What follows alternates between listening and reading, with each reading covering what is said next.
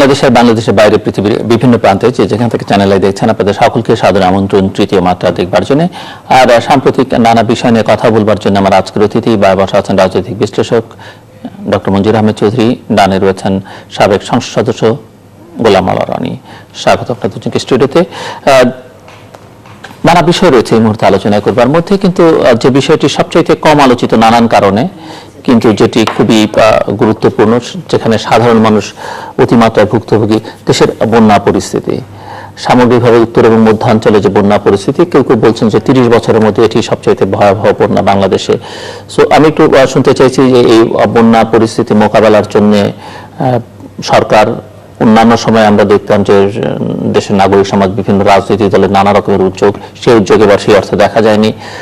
এবং এই যে বন্যা হলো তার কারণ কি, সেটি নিয়ে নানা রকমের কথাবার্তা আছে। ডক্টর মঞ্জুর আহমেদ, এই বিষয়ে আসলে তো আমি তো বন্যার এক্সপার্ট নই, তবে সাধারণ একজন ব্যক্তি হিসেবে যেটা আমার মনে হয়, বন্যা বাংলাদেশের সাথে কিন্তু অস্তিত্বের সাথে কিন্তু ওতপ্রোতভাবে জড়িত। একদম যে বন্যা হবে না সেটা কিন্তু আমরা ভাবতে পারি না। বন্যা এটা একটা পজিটিভ সাইডও আছে, আর নেগেটিভ সাইড তো আছেই। তবে আপেক্ষিকভাবে যদি আপনি দেখেন যে এবারের বন্যা কিন্তু আপার রিপারিয়ান কান্ট্রি আসামে এবং পশ্চিমবাংলায় কিন্তু বন্যার ব্যাপকতাটা বেশি, এবং সেখানে এক্সপার্টরা বলছেন যে তারা যে ব্যাপকভাবে যেভাবে নদীর গতিপথ রুদ্ধ করে দিচ্ছেন, পানি উইথড্র করতেছেন, এমবাঙ্কমেন্ট করতেছেন বিভিন্ন রকমের, ফলে নদীর যে ন্যাচারাল যে ফ্লোটা, সেই ফ্লোটা ব্যাহত হচ্ছে, যার ফলে ওখানেও কিন্তু প্রচন্ড ভাবে আপনার বন্যা দেখা দিচ্ছে। এবং আমাদের যে তিস্তার যে বন্যাটা হলো, সেখানে একটা জিনিস, যে গজলডোবা যে ব্যারেজ আছে, সেই ব্যারেজের কিন্তু সবটাই পানি ছেড়ে দেওয়া হয়েছিল, তার ফলে বন্যার ব্যাপকতা এখানে বেশ ভয়াবহ হয়েছে, মানুষের বেশ দুর্দশা হয়েছে, মানুষ মারাও গেছে। আরেকটা জিনিস এখানে অবজার্ভ করতে হবে যে গত ধরেন 88 বন্যা, তার আগেরও অনেক বন্যা হয়েছে। এর ফলে বাংলাদেশের জনগণের ভিতরে কিন্তু একটা ন্যাচারাল এক ধরনের অর্গানাইজেশনাল স্কিল গড়ে উঠেছে, how to survive this type of flood. এবং আপনি যদি দেখেন যে অন্যান্য দেশে, যেমন ধরেন আমেরিকায় বা ইউরোপ, সেসব জায়গায় বন্যা হয়, হেভি বৃষ্টিপাত করে বন্যা হয়, দেখা যাচ্ছে 4 ফিট পানি, তার ভিতরে এই বিভিন্ন রকমের সৈন্য সামন্ত এসে একটা গাড়ি নিয়ে, আপনার বোট নিয়ে, লাইফ বোট জ্যাকেট লাগায় যাচ্ছে সেখানে। আর বাংলাদেশে দেখা যাচ্ছে কি, এই ছেলেরা মেয়েরা হোল ফ্যামিলি একটা ছোট ডোঙা করে আশ্রয় যাচ্ছে। অর্থাৎ আমাদের একটা ন্যাচারাল স্কিল ডেভেলপ করে গেছে, যার ফলে আমরা অনেকটাই বন্যার প্রকোপ থেকে কাটায় উঠতে পারি। তারপর আমি যেটা বলবো যে সরকারের এবং পলিটিক্যাল পার্টির এদের এ ধরনের কোনো উদ্যোগ আমি খুব একটা দেখি নাই। আওয়ামী লীগের পক্ষ থেকে কয়েকজন গিয়েছেন, কিন্তু জনগণের মধ্যে যেভাবে একটা প্রচারণা চালানো দরকার ছিল, এই এত সব লোকজন এইভাবে এত কষ্ট করলো, সেখানে কিছুটা সাহায্য, কিছুটা সমবেদনা, কিছুটা তাদের পাশে যে দাঁড়ানোর যে একটা প্রবণতা, এটা কিন্তু আমি দেখি। অন্য দুর্যোগের ফলে বোধহয় দুর্যোগ হারিয়ে গেছে, মানে মানব সৃষ্ট দুর্যোগের কারণে বোধহয় প্রাকৃতিক দুর্যোগ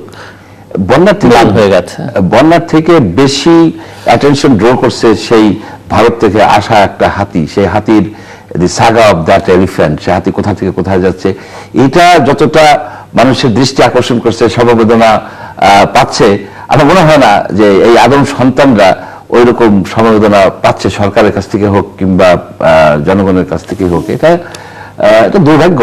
তবে আশা করি যে সরকার আরো বেশি কার্যকরী ভূমিকা নেবে। জি, গোলাম মাওলা রনি। বিশ্বের যে উষ্ণায়ন, সারা পৃথিবীতে তাপমাত্রা যেভাবে বৃদ্ধি পেয়েছে, এই বৃদ্ধি পাওয়ার কারণে সারা পৃথিবীতেই প্রকৃতি অদ্ভুত আচরণ করছে। দেখা যাচ্ছে যে হঠাৎ করে বৃষ্টির পরিমাণ বেড়ে যাচ্ছে, শুধু বাংলাদেশে নয়, সব জায়গাতে শীতের পরিমাণ বেড়ে যাচ্ছে, অথবা গরমের দিনে গরমের পরিমাণ বেড়ে যাচ্ছে। এখন যে বন্যার মৌসুম, এই বন্যার মৌসুমে শুধু বাংলাদেশ নয়, বাংলাদেশ, ভারত, পাকিস্তান, শ্রীলঙ্কা, ফিলিপিন্স, চীন দেশ সহ এমনকি মার্কিন মূলকেও মারাত্মক বন্যা আক্রান্ত হয়েছে। ফলে বাংলাদেশের যে বন্যাটি, এই বন্যাটি মূলত পৃথিবীর যে উষ্ণায়ন, সেই উষ্ণায়নের একটা বিরূপ প্রতিক্রিয়া। এটি হলো কারণটি। দ্বিতীয় কারণ, মঞ্জুর ভাই যেটি বললেন যে আমাদের সাথে ভারতের যে আন্তঃনদী সংযোগগুলো আছে, সে আন্তঃনদী সংযোগের প্রত্যেকটা সংযোগের ক্ষেত্রে আপার লেভেলে তারা যে গেট নির্মাণ করেছে, বাঁধ নির্মাণ করেছে, সেই বাঁধগুলো নির্মাণ করার কারণে সেখানে দেখা যাচ্ছে যে তারা শুষ্ক মৌসুমে পানি প্রত্যাহার করে নেয়, আর বন্যার এই সময়টাতে করে কি অ্যাট এ টাইম পানিগুলো ছেড়ে দেয়। এখন পানি ছেড়ে দেওয়ার ফলে আমাদের কি হচ্ছে, গত 20 বছরে আমাদের নদীগুলোর তলানিতে যে পরিমাণ পলি জন্ম নিয়েছে, যেভাবে নদীগুলো নষ্ট হয়ে গিয়েছে, নাব্যতা হারিয়েছে, সেখানে আপনার যদি ভারত থেকে সেই পানিটা একই সঙ্গে ছাড়া হয়, তাহলে এখানে যে প্লাবনটার সৃষ্টি হয়, যেটা আজ থেকে 30-40 বছর আগে হয়তো এভাবে প্রলয়ঙ্কারী হতো না, এখন যেভাবে হচ্ছে, ফলে এটা আমাদের বিশ্বের উষ্ণায়নের কারণে প্রথম সমস্যা। দ্বিতীয়ত আন্তঃনদী সংযোগে ভারতের নদীর উজানে যে বাঁধ নির্মাণ এবং বিপদের সময় সেই বাঁধ থেকে পানি ছেড়ে দেওয়ার কারণে এই ভয়াবহ পরিস্থিতি সৃষ্টি হচ্ছে। আপনি থার্ড যে প্রশ্নটি করলেন সেটি হলো এই বন্যা নিয়ে কেন ত্রাণ নিয়ে আগের মতো হচ্ছে না। এটার মূল ব্যাপারটা হলো যে সত্যিকার অর্থে আপনি 80-র দশকে বা 88-র বন্যা যদি ধরেন, 88-র বন্যার গ্রাম থেকে প্রত্যন্ত অঞ্চলে যারা বন্যা দ্বারা আক্রান্ত হতেন তারা সবাই প্রান্তিক দরিদ্র সীমার নিচে ছিলেন। ঢাকা শহরও 88-র বন্যায় ডুবেছিল। হ্যাঁ, ডুবেছিল এবং তারা নিতান্ত দরিদ্র ছিল। দরিদ্র থাকার ফলে তাদের সবারই খাদ্য সংকট প্রবল ছিল। কিন্তু এখন এই মুহূর্তে যেটি হয়েছে সেটি হলো বাংলাদেশের কোথাও কিন্তু সেই খাদ্যের সংকট প্রান্তিক লেভেলে নাই, অর্থাৎ যে না খেয়ে মারা যাবে বা দরিদ্র লোক একেবারে যে দিনমজুর আছে তার ঘরেও দেখা যাচ্ছে যে সাপ্তাহিক যে খাবারের যে সংস্থানটা সেটা আমাদের বাংলাদেশের সব জায়গাতে আছে। থাকার কারণে কি হলো, বন্যায় আক্রান্ত হয়ে সেই ঘর বাড়ি ছাড়া হয়েছে, কিন্তু যেহেতু তার খাদ্যের অভাব নাই ফলে সে হাহাকার করছে না, আর হাহাকার না করার কারণে সংবাদপত্রগুলো, মিডিয়াগুলো সেই বুভুক্ষ মানুষের মিছিলগুলো দেখাতে পাচ্ছে না।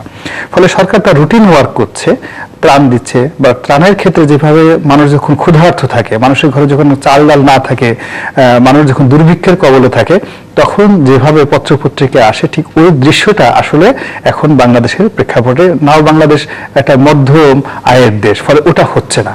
আর এই কারণে কি হচ্ছে, যেহেতু বন্যাও হয়েছে, একটা নিউজও করা দরকার, ফলে যেহেতু দুর্ভিক্ষ নেই, ফলে কি হচ্ছে, হাতির নিউজটা এখানে গুরুত্বপূর্ণ হয়ে গেছে। হাতি কাকে সুর দিয়ে পেঁচিয়ে আছাড় মারলো, তারপরে কেন হাতি তার অর্ধেক শরীর ডুবিয়ে পাট ক্ষেতের মধ্যে পালিয়ে রইল, তারপরে সে সেখান থেকে সমীর উদ্দিন বাড়িতে গেল, সমীর উদ্দিনের ওয়াইফ হাতি দেখে ভয় পেল, এটা এখন জাতীয় দৈনিকে নিউজ হয়ে যাচ্ছে।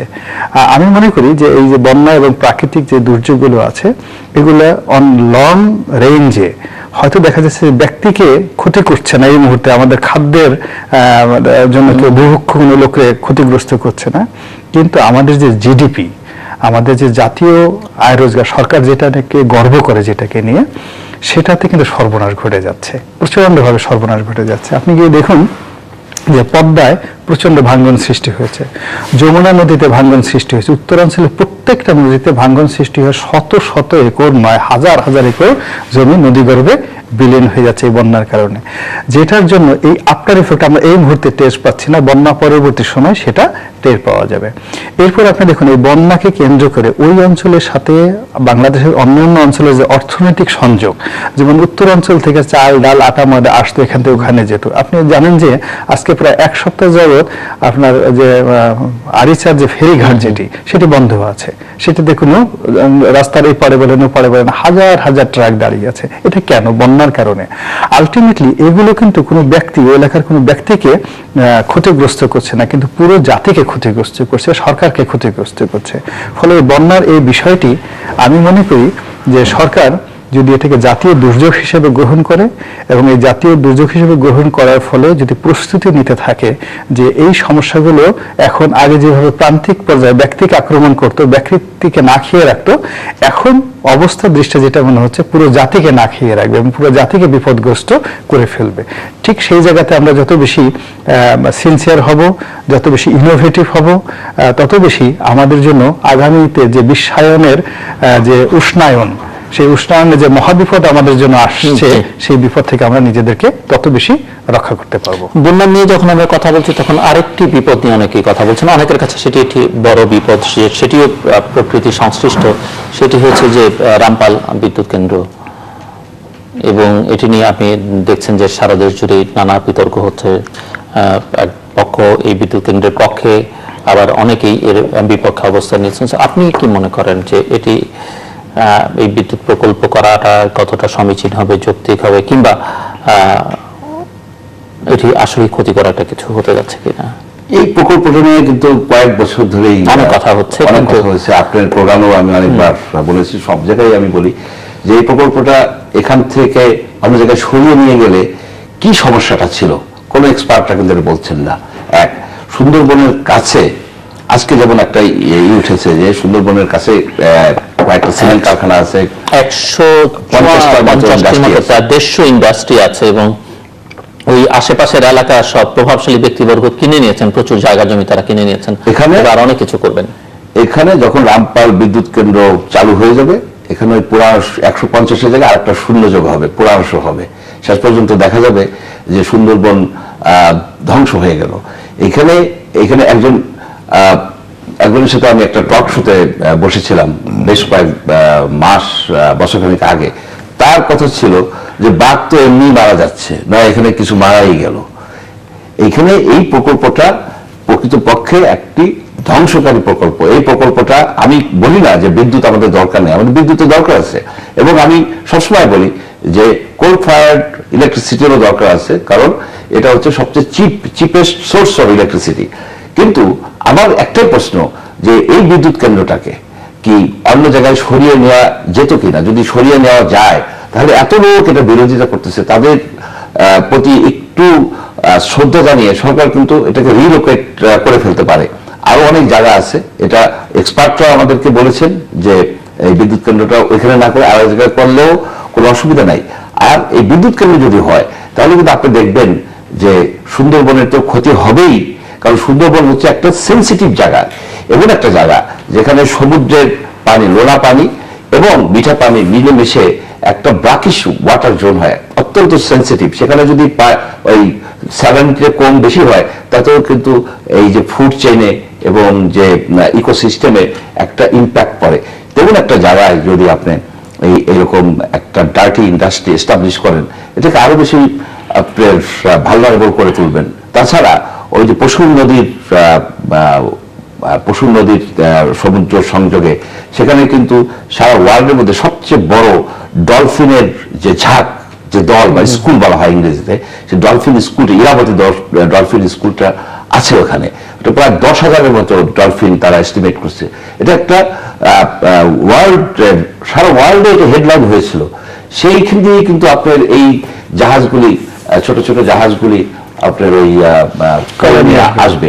সুতরাং আমি মনে করি কি সরকারের এটা এগোনি এবং তারা এক্সপার্ট নিয়ে আসছেন। সেদিনকে দেখলাম একজন এক্সপার্ট, এক ভদ্রলোক আমেরিকা থেকে স্কাইপিতে বলে যাচ্ছেন, দেখা গেল কি উনি কিন্তু সে কোল ফায়ার্ড প্লান্টের এক্সপার্ট। সুতরাং উনি কিন্তু চাবেনই এটা হোক।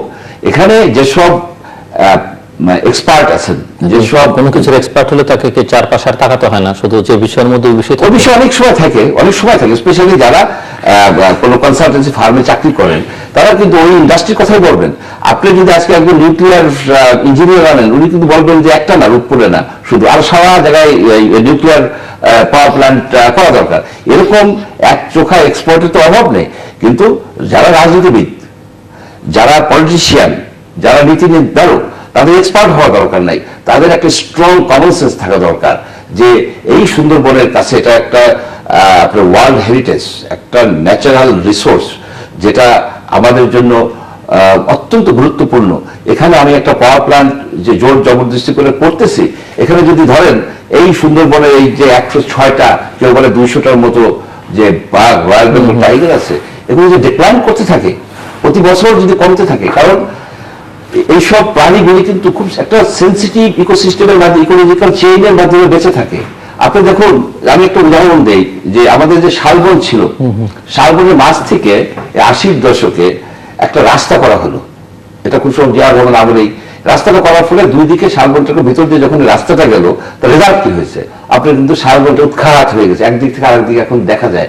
কারণ রাস্তাটাই না, শুধু রাস্তা যখন আপনি করেছেন তার সাথে সাথে ওইখানে অন্যান্য ইন্ডাস্ট্রি করেছে, সারি সারি ইন্ডাস্ট্রি।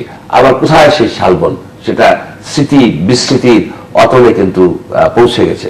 সেরকম সুন্দরবনে যখন আপনি একটা পাওয়ার প্ল্যান্ট করবেন, তার আনুষঙ্গিক এবং এই যে ডার্ট ইন্ডাস্ট্রি করতেছেন, তখন এখানে আপনার কাগজের কল হবে, এই কল হবে, সেই কল হবে। একটা সময় দেখা যাবে কি এখানে অতীতে এককালে সুন্দরবন ছিল, আমরা ইতিহাসে পড়বো। সুতরাং আমার মনে হয় একজন প্রাণীবিদ হিসেবে আমার মনে হয় যে ওখানে পাখি ঠাকি যত জীব জন্তু আছে, এই জীব জন্তুকে অনেকে জানোয়ার হিসেবে বলেন, আবার এই জানোয়াররা মারা যাবে। আপনি দেখুন তাদের কথাটা, বাংলাদেশের এইসব প্রাণী যেন তাদের জন্মই হয়েছে, জন্মই তাকে আজন্ম পাপ। বলা হয় যে একটা বাঘ দাস ধরা পড়েছে, ধরা পড়া অপরাধী, একটা বাঘ দাস দেখা গেছে, কুমির ধরা পড়েছে, ধরা পড়ার পর লোকজন হইচই করে তাদেরকে পিটিয়ে মেরে ফেলছে। কিরকম নৃশংসতা এখানে! এই যে আমাদের স্কুল কলেজ মাদ্রাসা, প্রকৃতির ভারসাম্যের বিষয়টা মাথার মধ্যে কাজ করে, মাথার মধ্যে কাজ করবে কিভাবে? এখানে তো তারা সবসময় প্রকৃতির বিরুদ্ধে একটা ফাইট করে যাচ্ছে, প্রকৃতিকে ধ্বংস করাই তাদেরই। একটা বাঘ, চিতাবাঘ ধরা পড়েছে, ভাষার ভিতরে আপনি কি দেখেন যে ধরা পড়ে কে? ক্রিমিনাল, অপরাধী। ধরা পড়া মনে হয় কি ওদের জন্মই হচ্ছে একটা মানে শাস্তি নিয়ে তারা পৃথিবীতে এসেছে। কিন্তু আমার মনে হয় কি যে আমাদের এই বিষয়গুলিকে একটু ভেবে চিন্তে দেখা উচিত। সরকারকে আমি এখনো বলবো যে তাদের এখনো সময় আছে, তারা কিন্তু সকল কিছু রাখুক, 1440-50 মেগাওয়াট, আমার কোনো আপত্তি নাই। কয়লা, সালফার কয়লা দেন, সালফার কয়লা, ইন্ডিয়ার কয়লা, আমার কোনো আপত্তি নাই। কিন্তু দয়া করে ওটাকে একটু সরিয়ে নেই, সরিয়ে নেওয়ারই জায়গা আছে। যদি জায়গা না পান বলুন, আমরা উপকূলবর্তী জায়গায় এই যে রনি সাহেবের, আপনাকে যদি এই যে ফুলবাড়ি আর রামপাল অপশন হিসাবে দেওয়া হয়, আপনি কোনটাকে প্রায়োরিটি দিবেন? আমি বলবো যে রামপালটা আগে বন্ধ করা উচিত, রিলোকেট করা উচিত, এবং ফুলবাড়িটা চালু করা উচিত। জি, গোলাম মাওলা রনি। না, ধন্যবাদ। আমার কাছে মনে হচ্ছে যে সরকার নিজে গুরুত্বটা অনুধাবন করতে পারছে না। কারণ আমি মনে করি না যে সরকার দেশপ্রেমিক নয়। সরকারের যারা কর্তা ব্যক্তি তারাও দেশপ্রেমিক, তারাও, আমি যেমন এই দেশের বাসিন্দা, সরকারের মন্ত্রী মিনিস্টার কর্তা ব্যক্তি তারাও দেশের বাসিন্দা, তারা দেশকে ভালোবাসে। তো দেশকে ভালোবাসতে গিয়ে সুন্দরবন আমাদের অর্থনীতি, আমাদের জাতীয় যে বিষয়গুলো আছে সেখানে কতটা ভূমিকা রাখছে, এই বিষয়টা মূল্যায়ন করতে হবে। এখন সবাই মনে করছে সাধারণ ক্ষেত্রে যে কিছু জঙ্গল, কিছু লতাপাতা, তারপরে কাদা মিশানো কিছু পানি, ছোট ছোট খাল, এটা থাকলেই বা কি, না থাকলেই বা কি। মাঝে মধ্যে আগে 500-600 বাঘ ছিল, এখন 100-200 বাঘ আছে। তো 500-600 যখন বাঘ ছিল তখন বাংলাদেশের ইনকাম ছিল $100 নিচে। এখন 200 বাঘ আছে, আমাদের ইনকাম হয়ে গেছে $1200-1300। ওই 200 বাঘ যদি মরে যায় তাহলে আমাদের ইনকাম হয়তো $10,000 বেশি হয়ে যাবে। তারা চিন্তা করে যে সৌদি আরবে একটাও সুন্দরবন নাই, সেখানে কোনো গাছ নাই, লিবিয়াতে কোনো গাছ নেই, তো ওই মরুভূমির দেশে গাছ নাই, অথচ তারা কত বড় পানি নাই, সেখানে গিয়ে পশু নদী নেই, সেখানে গিয়ে আমরা কত কষ্ট করে কাজকর্ম করে টাকা উপার্জন করি। তো বাংলাদেশ যদি মরুভূমি হয় আর বিনিময়ে যদি আমাদের ওইরকম তেল থাকে, গ্যাস থাকে, কয়লা থাকে, বিদ্যুৎ থাকে এবং আমাদের পকেট ভরা টাকা থাকে, তাহলে আমাদের তো কোনো অসুবিধা নাই। তো এই যে একটা সরল সমীকরণ, হ্যাঁ আমাদের একটা সরল সমীকরণ, সেই সরল সমীকরণে যারা সরকারের মধ্যে যারা যোগ অঙ্ক, সরল অঙ্ক বুঝে না, যারা জ্যামিতি বুঝে না, ত্রিকোণমিতি বুঝে না, তারা এই 2+2=4 সহজ যে আমাদের সুন্দরবনের দরকারটা কি। আমাদের তো মংলা পোর্ট দরকার, জংলা মংলা দরকার নাই। হ্যাঁ, জংলা দরকার, হ্যাঁ আমাদের একটা মংলা পোর্ট দরকার, বাট জঙ্গল দরকার নেই, জংলা, তারা বলে জংলা। আমাদের বাঘ দরকারটা কি, বাঘডাসা দরকারটা কি, বাঘডাসা মুরগি চুরি করে খেয়ে ফেলে, বাঘ মানুষ খেয়ে ফেলে, ভয় দেখায়। এত কিছু দরকারটা কি, আমাদের মুরগি খাওয়া, হ্যাঁ আমাদের এই জিনিসগুলো কমে যাবে। তো এই সমস্ত সরল যে চিন্তা চেতনার জায়গা থেকে তারা হয়তো চিন্তা করছে যে এই মুহূর্তে আমাদের আসলে বিদ্যুৎ দরকার, খুব বেশি বিদ্যুৎ দরকার, ইন্ডাস্ট্রিয়ালাইজেশন দরকার, এবং আমাদের কর্মসংস্থান দরকার। ওখানে নাকি 1000-5 লোকের কর্মসংস্থান হবে, এরকম কথাবার্তা প্রচার করছে। অন্যদিকে যারা সুন্দরবনের পক্ষে আছেন, যারা চান যে সুন্দরবনটা আরো বিস্তৃত হোক, আরো শক্তিশালী বনায়ন হোক, সবুজ হোক, বাঘেরা 200 জায়গার 200-র পরিবর্তে 2000 হোক, তারা এর সপক্ষে জনগণকে যে বোঝানোর জন্য যে ভাষা দরকার, যে ল্যাঙ্গুয়েজ দরকার, সেই ল্যাঙ্গুয়েজটা তারা আসলে ব্যবহার করতে পারছে না। আমাদের দেশটা যদি সুন্দরবন না থাকে তাহলে এটা মরুভূমি হবে না। এটা কি হবে? এটা সমুদ্রের নিচে তলিয়ে যাবে। আজকে যে বন্যা হচ্ছে, এই বন্যা হওয়ার অন্যতম মূল কারণ হলো পরিবেশের যে একটা ভারসাম্যহীনতা। আমাদের যে প্রায় 4,500 নদী আছে, এগুলোর মধ্যে মাত্র 700-800 নদী সক্ষম, আর বর্ষাকালে 4,500 নদী যৌবন প্রাপ্ত হয়। অর্থাৎ শীতকালে যে নদীটিতে কোনো রকম 1 ফোঁটা পানি থাকে না, বর্ষাকালে সেই নদীর ভয়ঙ্কর ভাঙনে তার আশেপাশে গ্রামকে প্লাবিত করে ফেলে। এই যে বর্ষাকালে 4,500 নদী রাক্ষসী রূপ লাভ করে, এই রাক্ষসী রূপ লাভ করে প্রকৃতির ভারসাম্যহীনতার কারণে। আর বাংলাদেশের যে প্রকৃতির যে ভারসাম্যটা রক্ষা করে, তার অলমোস্ট 60% ভারসাম্যটা রক্ষা করছে এই সুন্দরবন। যদি আমাদের এই সুন্দরবনটা শেষ হয়ে যায়, তাহলে আজকের যে বন্যাটা, ঢাকা শহরে আপনি দেখবেন মতিঝিলে বড় বড় স্টিমার চলছে। আপনি বিদ্যুৎ দিয়ে কি করবেন? আপনারা বিদ্যুৎ চালাতেই পারবেন না। তো এই যে সমস্যাগুলো আমাদের জাতীয় পর্যায়ে বুঝতে হবে, ভাবতে হবে। আর এই মুহূর্তে সরকার যে কারণে সরাচ্ছে না, সরকারের মধ্যে দেখবেন কাজ করতে করতে একটা ইগোবোধ এসে গেছে। তারা দেখছে যে আমরা ধনুক বলে মানুষ মান্য করে, আমরা লাঠি যদি উঁচু করি সেন্সলেস হয়ে সব মানুষ পড়ে যায়। আমরা যদি কোনো মতে লাঠি দিয়ে কাউকে একটা বাড়ি দেই, আমি আস্তে বাড়ি দিয়ে আদর করার জন্য সে চিৎকার করে মনে হয় যেন তাকে জোরে বাড়ি দিয়েছি। তো এই যে মানুষের মধ্যে যে একটা ভয় সৃষ্টি হয়েছে সরকার সম্পর্কে, তো এই কারণে সরকারের একটা আত্মমর্যাদা বোধটা খুব টনটনে অবস্থায় চলে গেছে, খুব সিরিয়াস অবস্থায় চলে গেছে।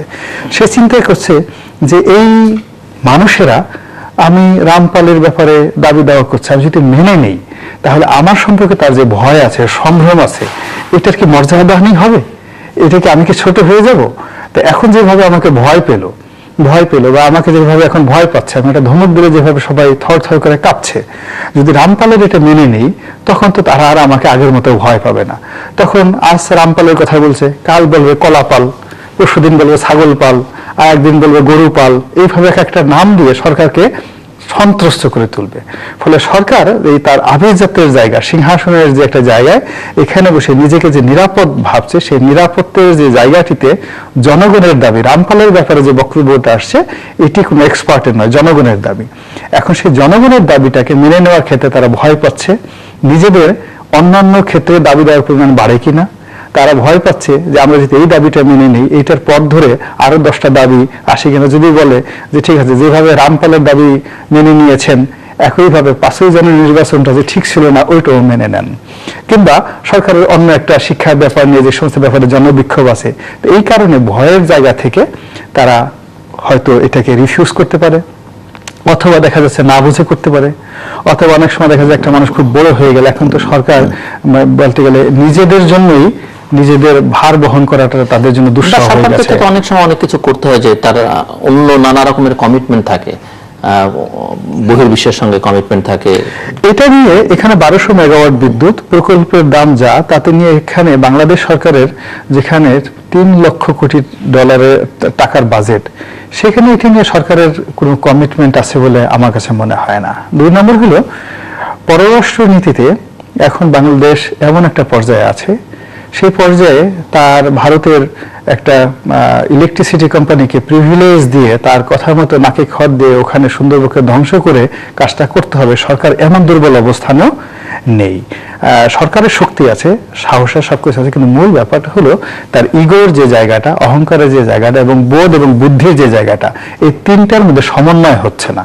এই সমন্বয় না হওয়ার কারণে এই জিনিসটা দেখেছি অনেক সময় তো তার সিদ্ধান্ত সে পরিবর্তন করেছে, অনেক সময়। ওটা হলো যেহেতু এটা তার ইচ্ছাই করেছে, মানে আপনার গণজনের চাপে দেখেছি অনেক সিদ্ধান্ত থেকে সরে গেছে। এই কারণ হলো প্রধানমন্ত্রী নিজে জিনিসটাকে বুঝেছেন, মানে তাকে সে কগনিজেন্সি নিয়েছেন প্রধানমন্ত্রী যে এটি ভালো। তার আগ পর্যন্ত প্রধানমন্ত্রীকে বাধ্য করা হয়েছে, এরকম ঘটনা গত 3 বছরে একটাও ঘটেনি। ইভেন কি গত 7 বছরে কিন্তু একটা ঘটনা ঘটে। আমি আগেই বলেছি যে তাদের অহংবোধ, তাদের সম্মানবোধ, তাদের মর্যাদাবোধ এমন একটা পর্যায়ে তারা নিজে থেকে যদি বুঝে যে এই রামপাল, এই বিদ্যুৎ কেন্দ্রটা দেশের জন্য ক্ষতিকর, সুন্দরবনের জন্য ক্ষতিকর, এবং সরকারের এটা অদূর ভবিষ্যতে এটা সরকারের জন্য একটা বিস্ফোরা হয়ে যাবে। আপনি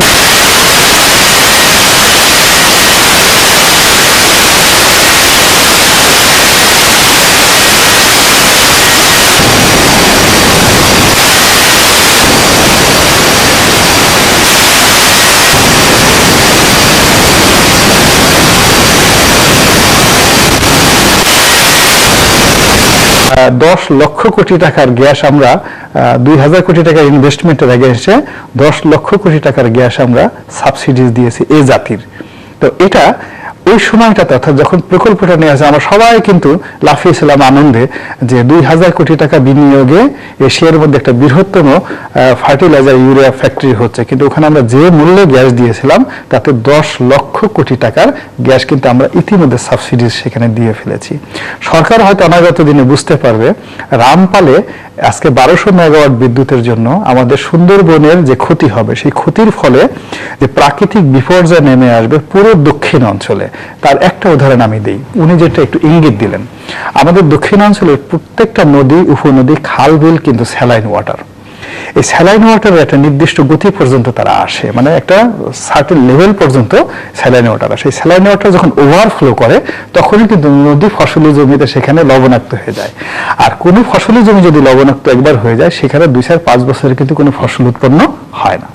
এখন এই সুন্দরবনের কারণে পুরো বরিশাল, পটুয়াখালী, বরগুনা, বাগেরহাট, আপনার খুলনা, এই বেল্টের যে লক্ষ লক্ষ হেক্টর জমি আছে, এই হেক্টর জমি যদি একবার দুইবার, মোটামুটি 4-5 বছর পরে এই লবণাক্ত পানি দ্বারা আপনার যদি একবার প্লাবিত হয়, তাহলে আজকে যে খাদ্য স্বয়ংসম্পূর্ণ হওয়ার জন্য কৃষিমন্ত্রী উল্লাস প্রকাশ করছেন, সেই কৃষিমন্ত্রী কান্নাকাটি করে আত্মহত্যা করতে হবে, কারণ 17 কোটি মানুষকে খাওয়ানোর মতো চাল ডাল পৃথিবীর অন্য কোনো দেশে হয় না। ডক্টর চৌধুরী আর কিছু যোগ করবেন? এখানে তো এবং এই যে এই শঙ্কার সঙ্গে রূপপুর পারমাণবিক প্রকল্প নিয়েও সেটা নিয়েও কথা আছে। অ্যাকচুয়ালি বিদ্যুৎ সেক্টরে গভর্নমেন্ট যেটা করেছে সেটা সমালোচনা করতেই হয়। বিদ্যুতের পরিমাণ বেড়েছে, কিন্তু তারপরেও কিন্তু এখনো গ্রামে গঞ্জে ঠিক মতো বিদ্যুৎ পাওয়া যায় না। সেটা তারপরে আপনি একদিনে আশা করলে চলবে না, করি না, কিন্তু যেটুকু ভালো করছে সেটুকু তো আপনি সহজে পাবেন। এদিকে রামপালে আপনি একটা ব্যাপক পরিবেশ বিপর্যয়ের দিকে এগিয়ে যাচ্ছেন বিদ্যুৎ নিয়ে, আবার ওদিকে রূপপুরে আপনি একটা শ্বেতহস্তি সৃষ্টি করেছেন, সেখানে $13 বিলিয়ন আপনি দিয়ে আপনি 2400 মেগাওয়াট বিদ্যুৎ পাবেন, তাও বেশ কয়েক বছর পরে। বাংলাদেশের টোটাল বড়ই পাওয়ার কত? আপনার $25 বিলিয়ন, $26 বিলিয়ন, তার অর্ধেকই আপনি বড় করতেছেন। তার মানে কি আপনার এত টাকা ইনভেস্ট করে আপনি নিউক্লিয়ার পাওয়ার প্ল্যান্টের কি দরকার ছিল কিনা, এই বিষয়ে কি সংসদে আলাপ হয়েছে কিনা? আপনি তো তখন সংসদ সদস্য ছিলেন, সংসদে এটা বিষয় নিয়ে কি বা কোনো কমিটিতে আলোচনা হয়েছে যে এই ধরনের একটা নিউক্লিয়ার পাওয়ার প্ল্যান্ট করে আমরা এতগুলি টাকা আমরা ইনভেস্ট করে ফেলতেছি, এটা কি জাতীয় স্বার্থে করা হচ্ছে নাকি এটা নির্বুদ্ধিতা হচ্ছে? এ বিষয়ে কিন্তু আলোচনা আসবে। আর একটা জিনিস যেটা বিষয় গোলাম মাওলা রনি সাহেব বলেছেন যে সরকার ধীরে ধীরে অসহিষ্ণু হয়ে উঠেছে, আগে শুনতো এখন শুনে না। এটা আপনি দেখেন সেই ফরাসি বিপ্লবের আগে সহিষ্ণুগুলো ছিল আগে রাষ্ট্র, সে ধরনের ব্যাপার হয়নি এখনো। রূপপুরের বিষয়টা আমার একটাই কমেন্ট, আমাদের এখন তো ওই পর্যায়ে যায় নাই, কিন্তু চুক্তি হয়ে গেছে গত সপ্তাহে এই পাওয়ার প্ল্যান্টের ব্যাপারে, নিউক্লিয়ার পাওয়ার প্ল্যান্টের ব্যাপারে। আমার একটাই কমেন্ট যে আমরা এতগুলি টাকা এখানে যে ইনভেস্ট করতেছি, এটা কি জাতীয় স্বার্থ সংরক্ষিত হবে? এ বিষয়ে এক্সপার্টরা কিছু বলেন না, কিন্তু এ বিষয়ে আলোচনা করে একটা সিক্রেসি। কিন্তু এত বড় একটা প্রজেক্ট বাংলাদেশের ইতিহাসে, তার 45 বছরের ইতিহাসে এত বড় কোনো প্রজেক্ট নেওয়া হয়নি, এই প্রজেক্টটা নেওয়া হয়েছে। এই বিষয়টা আরো বেশি সতর্ক হওয়া উচিত ছিল, আরো বেশি আলোচনা করা উচিত ছিল, সে বিষয়ে কোনো আলোচনা হয়নি। কিন্তু এটাই আমার এই মুহূর্তে বক্তব্য। গোলাম মাওলা রনি, এই যে সমস্যাগুলো নিয়ে আমরা আলোচনা করছি, আরো সমস্যা অনেক লম্বা তালিকা আছে, মানে যেগুলো নিয়ে সমালোচনা আছে, বিতর্ক আছে, বা যেগুলো নিয়ে কাজ করবার সুযোগ আছে, সবকিছু আসলে পহেলা জুলাইয়ের পর থেকে হারিয়ে গেছে। গুলশানের হলিয়া আর্টিজানের হামলা, এবং তারপরে শোলাকিয়া, তারপরে কল্যাণপুরে অভিযান, সব মিলিয়ে তো এই জায়গাটা থেকে আসলে কি মনে হয় যে গত 1.5 মাসের অভিজ্ঞতা বা 1.5 মাসের কিছুটা সময়, 2-4 দিন কম, এই অভিজ্ঞতা কি বলে যে আমরা কি আসলে প্রবলেমটা আইডেন্টিফাই যথাযথভাবে করতে পারলাম কিনা, বা সমস্যাটা অ্যাড্রেস ঠিক মতো করতে পারছে কিনা? আমার কাছে মনে হয় কম 1.5 মাসের। আমার কাছে মনে হচ্ছে জঙ্গিবাদের নামে যে প্রচারটা গত 2 বছর 3 বছর যাবত আমাদের আইন শৃঙ্খলা বাহিনী চালিয়ে আসছিলেন, এটা একটা রং সিদ্ধান্ত ছিল। এটা রং সিদ্ধান্ত ছিল, সেটি ছিল যে বাংলাদেশে জঙ্গিবাদ আক্রান্ত হচ্ছে এবং সরকার শক্ত হাতে জঙ্গিবাদ দমন করছে এবং দমন করতে সক্ষম। এই কথা বলে নিজেদের দুর্বলতা ঢাকার জন্য তারা পশ্চিমা বিশ্ব যারা জঙ্গিবাদের বিরুদ্ধে যুদ্ধ করছে তাদের সহানুভূতি লাভ করা এবং এই সহানুভূতির মাধ্যমে সরকার সম্পর্কে যে পশ্চিমা বিশ্ব যে অভিমান করে আছে, রাগ করে আছে বা সরকারকে যে স্বীকৃতি দিতে তারা গড়িমসি করছিল ওই বিষয়টাকে দূর করার জন্য ক্ষেত্র বিশেষে এটা একটা যাকে বলে আমরা আমাদের ছোট ছোট ছেলে মেয়েরা অনেক সময় পিতামাতার কাছে আবদার করে, অভিনয় করে, কৃত্রিম ভাবে একটা মায়া মমতার সৃষ্টি করার চেষ্টা করে, ঠিক ওইরকম জঙ্গিবাদ নিয়ে আসলে ওইরকম একটা চেষ্টা দীর্ঘদিন যাবৎ করে আসছিল এবং এটা নিঃসন্দেহে ভুল ছিল। 2 নম্বর হলো যে এটা বলতে বলতে বলতে বলতে আসলে আমাদের দেশে জঙ্গিবাদ চলে এলো। আচ্ছা, জঙ্গিবাদ চলে এলো, যদি জঙ্গিবাদ কেন এলো, কিভাবে এলো, কারণ এলো, এটার পিছনে অনেকগুলো সুনির্দিষ্ট কারণ আছে। সুনির্দিষ্ট কারণ, অর্থনৈতিক কারণ আছে, পররাষ্ট্র ব্যাপারের কারণ আছে, আমাদের গ্লোবাল যে পলিটিক্স আছে সেই গ্লোবাল পলিটিক্সের যে মেরুকরণ, আমরা এখন দেখা যাচ্ছে যে খুব অতিমাত্রায় ভারতমুখী হয়ে গিয়েছি। এখন বাংলাদেশের স্বার্থ সংশ্লিষ্ট ব্যাপারে যদি ভারতকে এখানে অপদস্থ করা যায়, এই সমস্ত শক্তিরা ভারতে যারা ভারতকে ছোট করতে না পারবে তারা বাংলাদেশকে ব্যবহার করে ভারত করে ছোট করার চেষ্টা করবে। এরকম একটা আন্তর্জাতিক চক্রান্ত, যেটা ভারত বিরোধী, বাংলাদেশ বিরোধী নয় কিন্তু ভারত বিরোধী চক্রান্ত এখানে হচ্ছে বাংলাদেশে করতে পারে। থার্ডলি হলো এর সঙ্গে পরাশক্তিগুলো জড়িত থাকতে পারে, এতে কোনো যাকে বলে অবাস্তব কোনো কিছু না। এর কারণটা হলো যে পরাশক্তিগুলো 3-4টা কারণে সাধারণত এই তৃতীয় বিশ্বের দেশগুলোতে আপনার অনাসৃষ্টির সৃষ্টি করে।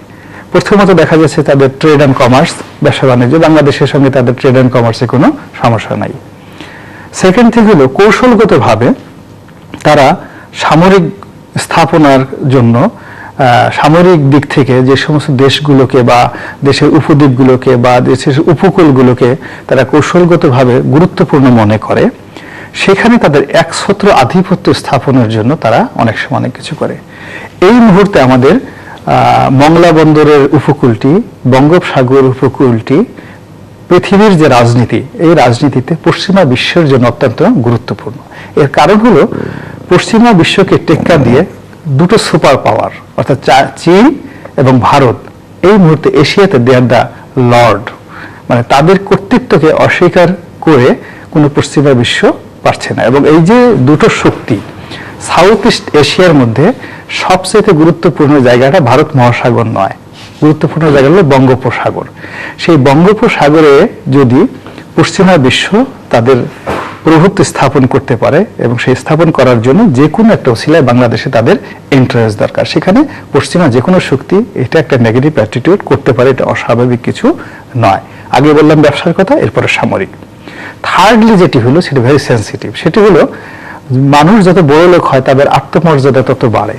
আপনি ধরুন একটা জমিদার হয়েছেন, আপনি এটা নবাব হয়েছেন, তো নবাব এবং জমিদার আপনার একজন গরিব মানুষ আপনার বাড়ির সামনে দিয়ে ছাতি মাথায় দিয়ে গেল বা জুতো পা দিয়ে গেল, আপনার খুব আত্মমর্যাদায় লাগে যে এত বড় সাহস, অমুক চন্ডালের ছেলে সে ছাতি মাথায় দিয়ে বাড়ির সামনে দিয়ে যাচ্ছে।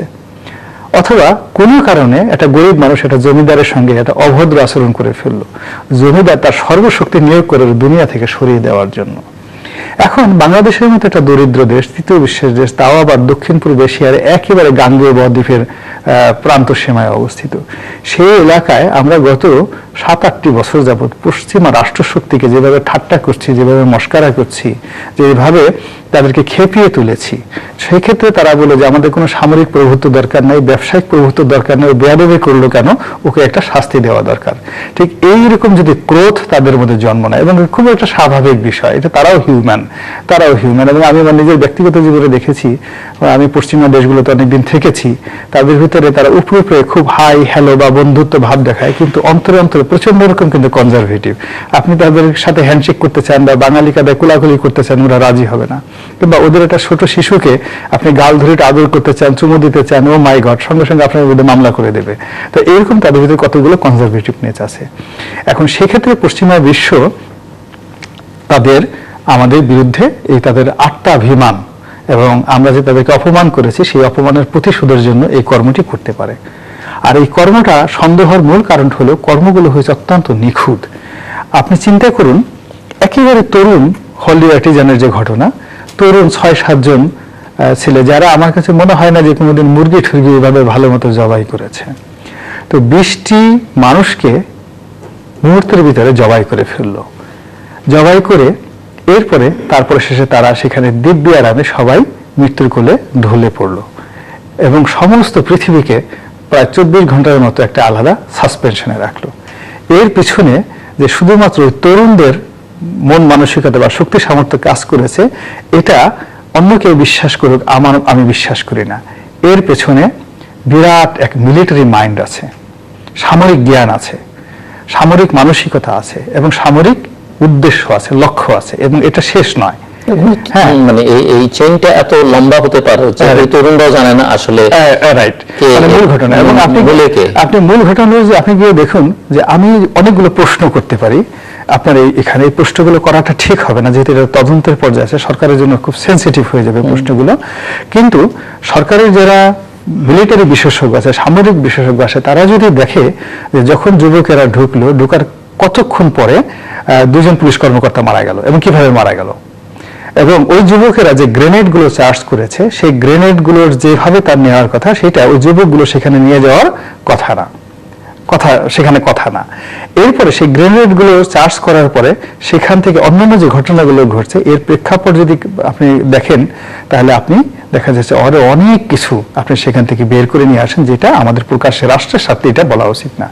এটাকে কেবলমাত্র একটা জঙ্গিবাদী, কিছু বিপদগামী তরুণ, সেই তরুণের কিছু উগ্র কর্মকাণ্ড, হত্যাকাণ্ড, এটাকে যদি আমরা মনে করি, তাহলে আমাদের জন্য আরো ভয়াবহ পরিণতি অপেক্ষা করছে। আমরা সম্প্রতিভাবে আপনি দেখেছেন যে মার্কিন যুক্তরাষ্ট্রের যে গোপন নথি, কূটনৈতিক রিপোর্ট, সেটার বরাতে ওখানকার জাতীয় দৈনিকগুলোতে কটা নিউজ আসছে। সেটা হলো যে আমরা যে বিশ্ব জঙ্গিবাদের যে জাল নেটওয়ার্ক, সেই নেটওয়ার্কের টার্গেটেড নেটওয়ার্কের মধ্যে আমরা পড়ে গেছি, এটা মার্কিন যুক্তরাষ্ট্রের যে জায়গাতে। এই রিপোর্টটা কিন্তু গত 1 বছর আগে বা 6 মাস আগেও আমাদের জন্য প্রযোজ্য ছিল না। ফলে কি হচ্ছে দেখুন, যে আজ থেকে 6 মাস আগে বা 7-8 মাস আগে যখন পশ্চিমা দেশগুলো বারবার তার নাগরিকদেরকে সতর্ক করছিল, আমরা কিন্তু অনেকে ঠাট্টা মশকরা করছি যে কেন তারা এই কাজগুলো করছে। দেখুন, হলি আর্টিজানের মতো যে ঘটনা, নির্মম ঘটনা ঘটলো, এখন কিন্তু আর সেটা বলার কোনো অবকাশ নেই। আপনি আমি যারা সাধারণ মানুষ, আমরা সবাই কিন্তু ভয় পাচ্ছি। এখন আমরা নিজেদেরকে ভয় পাচ্ছি, প্রতিবেশীকে ভয় পাচ্ছি, আমরা রাষ্ট্রকে ভয় পাচ্ছি, আমরা পুলিশের যে সংস্কৃতি আমাদের মধ্যে ঢুকে গেছে, এটাই হলো এই যে জঙ্গিবাদ নামে যারা চালাচ্ছে তাদের সফলতা। ফলে এই সফলতাকে যদি সরকারকে রুখতে হয়, তাহলে সরকার তার নিজস্ব আর্মস অ্যান্ড অ্যামুনিশন, তার নিজস্ব পাওয়ার, নিজস্ব বাহিনী, এটা দিয়ে যদি কেবলমাত্র চেষ্টা করে, তাহলে তাদের অতীতের মতোই তাদের ব্যর্থ হতে হবে। এর কারণ হলো, আমরা গত 2 বছর বা 3 বছরে বা 4 বছরে আপনি দেখেছি যে আইন শৃঙ্খলা রক্ষাকারী বাহিনীর কতগুলো কমন কথাবার্তা, কতগুলো কমন অ্যাক্টিভিটিস, সেই অ্যাক্টিভিটিস করার ফলে কি হচ্ছে, পরিস্থিতি কিন্তু দিনকে দিন খারাপ হচ্ছে। কিংবা হলি আর্টিজানের ঘটনার পরে সরকার যে পদক্ষেপগুলো নিয়েছে, সেই পদক্ষেপগুলোর মধ্যে একটা পদক্ষেপের মধ্যেও কিন্তু আপনার যে এটি পুনরায় হবে না, এটি বন্ধ হবে, বা জঙ্গিবাদের বিরুদ্ধে একটা কার্যকর ব্যবস্থা গ্রহণের মতো একটি বুদ্ধিদীপ্ত আপনার কোনো সিদ্ধান্ত আমি দেখিনি। তারা কি করছে, গাড়ি চেকিং করছে, গুলশান বনানী থেকে তারা ভাড়াটি উচ্ছেদ করতেছে, তারা মেসগুলো করে দিচ্ছে। এটা করার জন্য খুব বেশি বুদ্ধির দরকার নাই। মানে এরকম একটা ঘটনা ঘটলে একটা সাধারণ 12-13 বছরের যুবক বা 12-13 বছরের কিশোর বা কিশোরীকে যদি বলা হতো এরকম একটা ঘটনা ঘটছে, তুমি কি করবা, তখন সে এই কাজটাই করতো। বলতো যে ম্যাচগুলো চেক আপ করো, গাড়িগুলো দেখো ওর ভিতরে বোম টোম আছে কিনা, বা আশেপাশে ওইরকম যারা রেস্টুরেন্ট আছে সব রেস্টুরেন্টগুলো বন্ধ দেয়। এটা খুবই মানে অনুর্বর মস্তিষ্ক প্রসূত সিদ্ধান্ত। এই মুহূর্তে যেটি দরকার সেটি হলো যে বাংলাদেশে কেন এই জঙ্গিবাদটা এলো, কেন জঙ্গিবাদটা এলো, এই কেন শব্দটার আপনার উত্তর খুঁজতে হবে, কেন জঙ্গিবাদটা এলো। 2 নম্বর হলো যে এই পপুলাস, মানে এত হাই ডেনসিটির একটা কান্ট্রিতে জঙ্গিবাদ কখনো হয় না। আপনি গিয়ে দেখুন যে পৃথিবীর যে সমস্ত জায়গাতে আপনার এই ধরনের জঙ্গিবাদ হয়েছে, ইভেন মার্কিন যুক্তরাষ্ট্রে, তারা সবসময় হলো একটা নীরব, নিস্তব্ধ, জনহীন একটা এলাকা। অল্প কিছু লোকজন আছে, একটা বিশেষ উসিলায় দেখা যাচ্ছে সেখানে কিছু লোক আসছে, কিন্তু বাংলাদেশের মতো এরকম একটা ঘনবসতিপূর্ণ এলাকাতে কখনোই কিন্তু জঙ্গিবাদ হয় না। অথচ আমাদের দেশে এই ঘনবসতিপূর্ণ এলাকাতে জঙ্গিবাদ হচ্ছে, এবং ঢাকা শহরে, হ্যাঁ ঢাকা শহরে। এটা কেন হচ্ছে? এই দুটো কেনর উত্তর, এবং থার্ড কেনটা হলো যে আমরা কেন এই সমস্যাটা সমাধান করতে পারছি না। ফলে এই 3D, তিনটি কেনর উত্তর যদি সরকার খুঁজে, এবং এই সরকার যদি এই তিনটির উত্তর বের করতে পারে, এবং এই তিনটি উত্তরকে বের করার পর যদি জনগণকে বিশ্বাস করাতে পারে, কারণ সরকার ইচ্ছা মতো বললো যে দিস ইজ মাই ডেফিনেশন, হবে না। তাদের এই তিনটি কেনর উত্তর জনগণকে বলবে, ইফ জনগণ আমরা বিশ্বাস করি, তাহলে আশা করা যায় যে এটার বিরুদ্ধে একটা কার্যকর ঐক্য, যেটা সরকার বলছে, সেটা গড়ে তোলা সম্ভব। এখানে কয়েকটা বিষয় উঠে এসেছে, তার মধ্যে যে এটা কনস্পিরেসি থিওরি, অর্থাৎ ওয়েস্টার্ন কান্ট্রিজগুলি তারা উৎসাহ দিচ্ছে বা ট্রেন করতেছে, মিলিটারি মাইন্ড এটার পেছনে আছে, এবং বাংলাদেশে এই জঙ্গিবাদ ঢুকিয়ে দিচ্ছে, এ ধরনের একটা ধারণা কিন্তু ব্যাপকভাবে চলে আসছে, এবং গোলাম মোল্লা রনি সাহেব সেটা কিছুটা প্রতিদ্বন্দ্বী করলেন। আমার কাছে সেটা মনে হয় না, এই কারণে যে পশ্চিমা দেশ, যেমন ধরেন ফ্রান্স বলেন, বেলজিয়াম বলেন, ইউএসএ বলেন, সেসব দেশেও কিন্তু এইসব জঙ্গিরা আপনার ওয়ার্ক করতেছে, সেখানেও কিন্তু তারা বাংলাদেশের থেকে বরং বেশি টেরোরিজম সেসব কান্ট্রিতে করতেছে। তারা কি তাদের নিজের দেশে এই ষড়যন্ত্র করে এইসব লোক নিচ্ছে? এটা কি মাল্টি ডাইমেনশনাল ইস্যু। এবং জঙ্গিবাদ যে বাংলাদেশে প্রথম আসলো, এখানে জঙ্গি টার্মটা আপনি আনছেন জঙ্গ থেকে, যুদ্ধ থেকে। ওরা নিজেরাই বলছে যে একটা আরবি টার্ম দিয়ে জঙ্গি বলছেন। সর্বহারা যারা করতো, আর হোলি আর্টিজানের এই ছেলেগুলি করছে, পার্থক্য কি? সর্বহারা তো মানুষজনকে এই বাজারের মধ্যে জবাই করছে, তারা কেন করছে? তারা কি জঙ্গি না? সর্বহারা তারা কি টেরোরিস্ট না? এগুলি মিলিটারি মাইন্ড বলছেন। আমাদের যে মেজর জিয়াউদ্দিন সুন্দরবনে যে বাহিনীটা করছিলেন, আর বর্তমানে আরাক জিয়াউদ্দিন এবং তামিমকে বলা হয়, এটা ধারাবাহিকতা আছে। কিন্তু বাংলাদেশে যে এই ধরনের এক্সট্রিমিজম ছিল না তা না, এটা কিন্তু ছিল। কিন্তু কেন এটা হচ্ছে সেই বিষয়ে আমার একটা বক্তব্য আছে। আমার বক্তব্যটা হচ্ছে কি, আমরা যেমন ধরুন এইখানে এই ছেলেগুলি গুলশানে থাকে, বাড়িধারায় থাকে, বনানীতে থাকে, বিত্তবান, এবং সাথে সাথে আপনি তাদেরকে মেধাবী বলতেছেন, অর্থাৎ এরা বিপদগামী, তাদেরকে করা হয়েছে। কিন্তু আপনি সেই ঠিক একইভাবে চিন্তা করুন, 71-এ যে রাজাকারগুলি তারা আসছে, তাদেরকে তো বলা হয় না যে তাদেরকে বিপদগামী করে নিয়ে আসছে পাকিস্তানিরা। তাদেরকে তো ধরে ধরে আমরা গুলি করে মেরে ফেলেছি, কারণ তারা গরিব ছিল। এইখানে এই ছেলেগুলি যারা এটা করছে, তাদের ভিতর বেশিরভাগই মেধাবী না। মেধাবী না, এটা আপনি দেখুন, অনেকেই মেধাবী বলিনি। আচ্ছা, মেধাবী আপনি বলেন নাই, কিন্তু পত্রপত্রিকা সবসময় লেখে মেধাবী। মেধাবীর কি ডেফিনেশন অনুসারে অনেকেই তাদের পরীক্ষা টরীক্ষা পাস টাস করতে পারেনি। এখন এদেরকে বলা যায় কিন্তু অ্যাকচুয়ালি দে আর বখাটে। এগুলি কিন্তু বখাটে এবং বিকৃত মানসিকতার লোক, এদের কঠিন সাইকোলজিক্যাল প্রবলেম আছে। এইসব লোককেই এরা রিক্রুট করছে।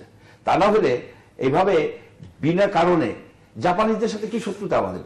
জাপানিদেরকে মেরে ফেললো, আপনার ইটালিয়ানদেরকে মেরে ফেললো। এরা বেসিক্যালি, এদেরকে এই কথা বলার কোন উপায় নাই যে এদেরকে বিপদগামী করা হয়েছে, তারাই দোষী। এরা প্রত্যেকে 18 বছরের উপরের বয়স্ক লোক, তাদেরকে সেই দায়িত্ব দিতেই হবে, তারা নিজেরাই দোষী। এখন আপনি আসতে পারেন যে সরকারের, সমাজের কিন্তু একটা রোল আছে। সেই রোলটা কিন্তু সরকার ঠিক মতো পালন করে। যে আজকের যুগে এই ছেলেদের, মেয়েদের যারা পড়াশোনা করে, তাদের সামনে কি কোনো আপনার আশার কোনো বাণী রাখতে পারতেছেন? তাদের সামনে কি আপনার কোনো আদর্শ রাখতে পারতেছেন? তারা কি দেখে? তারা পড়াশোনা করে কি তারা একটা তাদের নিজস্ব মেধা, নিজস্ব যোগ্যতায় তারা কি একটা চাকরি পেতে পারে? সব ছেলে মেয়েদের, এখনকার মেয়েদেরও একটা অবজেক্টিভ থাকে, ভালো রেজাল্ট করবে, ভালো প্রতিষ্ঠানে তারা ভালো চাকরি করবে। সেটা কি আছে? নাই। তাদেরকে মামা থাকতে হবে, খালু থাকতে হবে, চাচা থাকতে হবে, টাকা থাকতে হবে, তাহলেই সে সমাজ এস্টাবলিশ হতে পারে। সুতরাং চারিদিকে কিন্তু একটা অন্ধকার আপনি সৃষ্টি করেছেন, অন্ধকার একটা। এদের সামনে কোনো আদর্শ আপনি আনতে পারেন নাই। এই যে বাঙালি হিসেবে তারা আর কেউ কিন্তু গর্বিত হয় না। গর্বিত হবে কেন? বাঙালি হিসেবে বাঙালি জাতীয়তাবাদ আপনি শেষ করে দিয়েছেন। এখন আপনি দেখেন কেন শেষ করে দিয়েছেন। আপনি সকল ডিসিশন, ওই যে কিছুক্ষণ আগে বলতেছিলাম যে ষোড়শ লুই যেটা বলছিল আমি রাষ্ট্র, সেদিকেই কিন্তু এই সরকার, এই রাষ্ট্র চলে গেছে। আজকে এই এখানে যে হলি আর্টিজেনের ঘটনাটা ঘটলো, এই ঘটনার পরিপ্রেক্ষিতে কি হলো যে বনানী থেকে, গুলশান থেকে, বাড়িধারা থেকে সকল গেস্ট হাউস, সকল প্রতিষ্ঠান, কমার্শিয়াল প্রতিষ্ঠান আপনি উৎখাত করে দেবেন। এই উৎখাত প্রক্রিয়া কিন্তু শুরু হয়ে গেছে। যেখানে যেখানে রাজুক যাচ্ছে, হুমকি দিচ্ছে এবং ভয় ভীতির একটা সৃষ্টি করেছে। এগুলি যদি করা হয় তাহলে কি আপনার এই নিরাপত্তা পরিস্থিতিটির কি কিছুটা উন্নতি হবে? আপনি যেটা বললেন কিছুক্ষণ আগে, যে একটা 8 ছাত্র বুঝতে পারে যে এর সাথে নিরাপত্তার কোনো হলি আর্টিজান যদি এই কামাল আতাতুর্ক অ্যাভিনিউতে থাকতো বা গুলশান অ্যাভিনিউতে থাকতো, তাহলে কি তাদের ওই অ্যাটাক হতো না? অ্যাটাক হয়তো হতো, হয়তো হতো না। কিন্তু মূল কথাটা হচ্ছে কি যে মানুষকে ভয় ভীতির মধ্যে রাখতে হবে, মানুষকে সবসময় একটা বিপদের মধ্যে রাখতে হবে। আজকে কি হবে আপনি দেখুন যে এই গেস্ট হাউসগুলি যদি উৎখাত করে, সকল কমার্শিয়াল যে প্রতিষ্ঠান যেগুলি ধীরে ধীরে গড়ে উঠেছে সে উৎখাত করা হয়, তাহলে কয়েক লক্ষ লোক বেকার হয়ে যাবে এবং তারা ক্ষিপ্ত হবে। আমার কাছে যেটা মনে হয় এটা এক ধরনের ষড়যন্ত্র। এই সরকারকে আরো বেশি নাজুক করার জন্য এটা করা হচ্ছে। এই যে গেস্ট হাউসগুলো আপনি উঠিয়ে দিবেন, যে কয়েকজন বায়াররা আছে এখনো সাহস করে, এই বায়ারগুলো এখান থেকে চলে যাবে অন্য কান্ট্রিতে, অর্থাৎ গার্মেন্টস ইন্ডাস্ট্রিকে, এক্সপোর্ট ইন্ডাস্ট্রিকে আরো বেশি একটা বিপদে ফেলানোর জন্য কিন্তু এই ধরনের কাজ করা হচ্ছে। এবং এরা কেন গেছে এই রেসিডেন্সিয়াল আবাসিক এলাকার মধ্যে? কারণ কমার্শিয়াল এলাকা তেমন অ্যাভেলেবল নাই, এই জন্যই তো গেছে। আর আরেকটা দেখেন কিরকম একটা ডিসক্রিমিনেশন পুরান ঢাকায়, ঢাকা দক্ষিণে তো আবাসিক এলাকা এবং কমার্শিয়াল এলাকা মিলেমিশে এক হয়ে গেছে। সেখানে আলাদা করেন না কেন? সেখানে যারা রেসিডেন্সিয়াল লোকজন থাকে তারা কি নিম্ন স্তরের লোক? তাদের ওইখানে যে কমার্শিয়াল যে এই এস্টাবলিশমেন্টের ফলে তাদেরও তো প্রবলেম হচ্ছে, তাদেরকে কিন্তু আপনি আনতেছেন না এই হিসাবের মধ্যে। এখানে ওই এলাকাগুলো ওইভাবে গড়ে ওঠা নেই, গুলশান, বনানী, ধানমন্ডি নামই দেওয়া হয়েছে এগুলো আবাসিক এলাকা। গুলশান মডেল টাউন, আবাসিক এলাকার ভিতর কি একটা মুদি দোকানও থাকতে পারবে না? আপনি বলুন, আমেরিকা বলেন, ইউরোপ বলেন, আবাসিক এলাকায় শুধুই বাড়ি। এখানে কি আপনার একটা লন্ড্রিও থাকতে পারবে না? আবাসিক এলাকার মধ্যে 30% 20% জায়গা থাকে স্কুলের জন্য থাকে এবং নিত্য প্রয়োজনীয় যে দোকানপাট এগুলির জন্য থাকে। এখানে এই যে গুলশান মডেল টাউন তো তৈরি করছে কে? জিএ মাদানি, পাকিস্তানি একজন লোক। তা কাদের জন্য তৈরি করছিল? সেই পাকিস্তানি সব ইন্ডাস্ট্রিয়ালিস্টদের জন্য। এই যে মওদুদ সাহেবের যে বাড়িটা, এটা কার ছিল? এটা তো কোনো বাঙালি ছিল না, এটা তো ছিল একজন পাকিস্তানি, তার অস্ট্রিয়ান ওয়াইফের। এখানে আপনি যদি গুলশানের বড় বড় সব প্লটগুলি দেখেন, এগুলো সবই পাকিস্তানিদের জন্য করা হয়েছিল। এখন সেটা নয়, এখন ভুলে যান সেসব কথা যে মডেল টাউন করা হয়েছিল। পৃথিবীতে কোন সিটি মডেল টাউন করা হয় না, এটা সিটি গড়ে ওঠে। ইসলাম খান যখন এই ঢাকা সিটি করছে তখন উনি ভাবছিলেন যে এখানে 1 কোটির উপরে লোক থাকবে? উনি ভাবেন নাই। মডেল টাউন পরিকল্পিত সিটি, প্রায় আমাদের পরিকল্পনাবিদরা একটা বলেন ঢাকা একটা অপরিকল্পিত সিটি। উনরা পরিকল্পিত সিটি নজির দেখান তো। আমি দুটো দেখাইতে পারি। একটা হচ্ছে নাইপেডিও, এই বারবার রাজধানী, আর একটা ইসলামাবাদ। এই দুটাই হচ্ছে আপনার মিলিটারি ডিক্টেটরদের দ্বারা তৈরি এবং এই দুইটা সিটিতেই সাধারণ লোক মানুষজন বাস করতে পারে। নাইপেডিওতে বলতে গেলে ডেজার্টেড একটা সিটি। সুতরাং সিটি গড়ে উঠবে, মানুষের সাথে সাথে সেইভাবে অ্যাডজাস্ট করতে হবে। আর একটা জিনিস, এইসব পরিকল্পনাবিদ বলেন, রাজুক বলেন, তাদেরকে আমি একটা জিনিস জিজ্ঞেস করতে চাই, পৃথিবীর কোন সিটি আছে যে সিটি পার্লামেন্ট বিল্ডিং এর সাথেই cantonment? Dhaka city naturally grow করছে লম্বালম্বি ভাবে, আপনার উত্তর থেকে দক্ষিণ থেকে উত্তরে। এটাই হচ্ছে হাই রাইজ উঁচু এরিয়া। এই লম্বালম্বি সিটিটার ভিতর দিয়ে লম্বালম্বি ভাবে একটা সামরিক স্থাপনা আছে, এই আমাদের ক্যান্টনমেন্ট। এই ক্যান্টনমেন্ট এমন একভাবে প্রতিষ্ঠিত হয়েছে যে পূর্বের লোকেরা পশ্চিমে আসতে পারে না, পশ্চিমের লোকেরা পূর্বে আসতে পারে না, তাদের অনেক ঘুরে আসতে হয়। আপনি যত কিছুই করেন না কেন, এই যানজট আপনি কখনোই কিন্তু নিবৃত করতে পারবেন না। এরা এই যে একটা বাইং হাউস আছে মনে করেন একটা কমার্স রেসিডেন্সিয়াল এরিয়ার মধ্যে, সেটা উঠানোর জন্য এত উদ্গ্রীব হয়ে রয়েছেন। কোন সিটিতে আছে যে 2টা বড় সামরিক স্থাপনা থাকে যেখানে কোটি কোটি গোলা বারুদ থাকতেছে? এই আপনার বিডিআর যে হত্যাকাণ্ড হলো সেখানে তো সবাই হইচই করলো, কিন্তু সাধারণ আশেপাশের লোকজনের যে জীবনহানি হওয়ার যে ব্যাপক সম্ভাবনা ছিল এটা নিয়ে কোনো কথা হয় নাই। কথা হয় নাই কেন? ওই সাধারণ লোক তো সাধারণ, ওরা যদি 100-200 মারা যায় কি আসে যায়? যে দেশে রাজনীতিবিদরা ওই পুরায় লোক মেরে ফেলায় পলিটিক্যাল পাওয়ার জন্য, সেই দেশে বিরাট কিছু আশা করা যায় না। এখানে আমাদের এক্সট্রিমিজম বলতেছেন, হলিউডিজম, আমাদেরও তো এক্সট্রিমিজম হয়ে গেছে পলিটিক্যাল ডিসিশন মেকিং এ। গোলাম আল হোসেন। না, আমি তার শেষ কথা হলো, মানে আলোচনাটা আজকে খুব গুরুগম্ভীর হয়ে গেল। সেটি হলো যে একেবারে তথ্যগত, পাণ্ডিত্যপূর্ণ, যেহেতু তিনি একজন ডক্টর মানুষ, পিএইচডি হোল্ডার।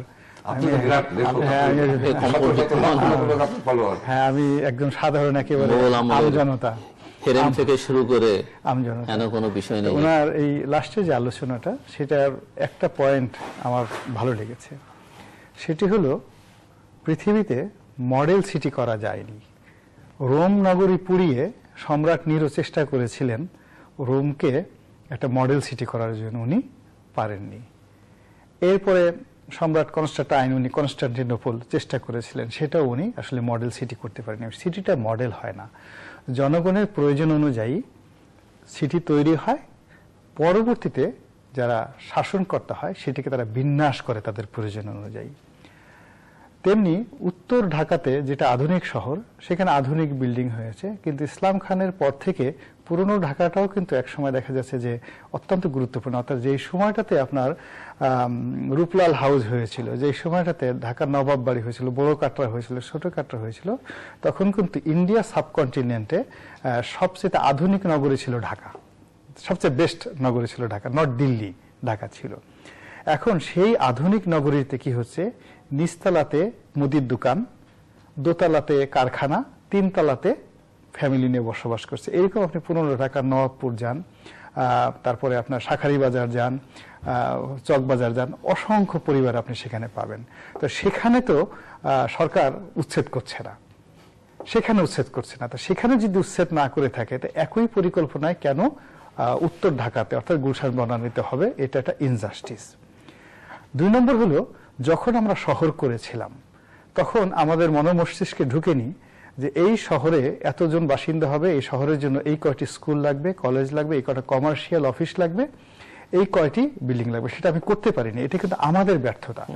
ফলে কি হচ্ছে, আমাদের কমার্শিয়াল এলাকা বলতে আমরা বুঝি মতিঝিল কমার্শিয়াল এলাকা, হ্যাঁ, মতিঝিল কমার্শিয়াল এলাকা। ফলে সময়ের প্রয়োজনে, দেশের প্রয়োজনে, অর্থাৎ যে সমস্ত কমার্শিয়াল প্রতিষ্ঠান গুলশান বনানী উত্তরাতে গড়ে উঠেছে, দেশের প্রয়োজনে, দেশের অর্থনীতির প্রয়োজনে গড়ে উঠেছে। এটি আমাদের জিডিপি থেকে শুরু করে আমাদের সামগ্রিক উন্নয়নে ভূমিকা রেখেছে। ফলে অল অন এ সাডেন আমরা, জঙ্গিরা আমাদেরকে ভয় দেখালো, জঙ্গিরা আমাদেরকে ভয় দেখিয়ে যতটা না ক্ষতি করতে পেরেছে, তার চেয়ে জঙ্গিদের ভয়ে ভীত সন্ত্রস্ত হয়ে সরকার যদি এইগুলো ব্যাপক হারে উচ্ছেদ করার পরে জনমনে আর একটা ভীতি সৃষ্টি করে দেয়, তাহলে যে ডবল এক্স যে ক্ষতির পরিমাণটা হবে, সেই ক্ষতিটা আমরা পুষিয়ে উঠতে পারবো না। বরং এই যে আমরা উত্তেজিত হয়ে যাচ্ছি, উত্তেজিত হয় কিন্তু দুটো লক্ষণ। মানুষ যখন গরম হয়, একটা কড়াই যখন গরম করে, তখন দেখবেন ময়লাগুলো কিন্তু উপরে চলে আসে, কিন্তু ঠান্ডা অবস্থায় কিন্তু ময়লাগুলো নিচে থাকে। তাহলে এই যে আর মানুষ যখন রাগ হয়, তাদের অরিজিনাল বুকের কথা বের হয়ে যায়, আঞ্চলিক ভাষা বের হয়ে যায়। এখন আপনাকে যদি খুব ভয় দেখানো হয়, আর দেখুন যে আঞ্চলিক ভাষায় একটা ওরে মা গো, ওরে বাবা গো বলে একটা চিৎকার দিয়েছেন। এখন ওই যে জঙ্গিবাদের ভয়ে আমাদের যে অরিজিনাল ভাষা, যে আমরা যেটা ভীত, আমরা তাদেরকে দিকে ভয় পেয়েছি, তা আমরা প্রমাণ করতেছি এই উচ্ছেদ কর্মকাণ্ডের মাধ্যমে। ফলে এই জায়গা থেকে আমাদের বের হয়ে আসতে হবে এবং আমাদেরকে আমাদের সিদ্ধান্তে স্থির থাকতে হবে, আমরা যা করতে চাচ্ছি অন দ্য লং রানে। দর্শক, আমরা অনুষ্ঠানের শেষ প্রান্তে অপমানের প্রতিশোধের জন্য এই কর্মটি করতে পারে। আর এই কর্মটা সন্দেহের মূল কারণ হলো, কর্মগুলো হয়েছে অত্যন্ত নিখুঁত। আপনি চিন্তা করুন, একেবারে তরুণ হলি আর্টিজানের যে ঘটনা, তরুণ 6-7 জন ছেলে, যারা আমার কাছে মনে হয় না যে কোনোদিন মুরগি ঠুরগি এভাবে ভালো মতো জবাই করেছে।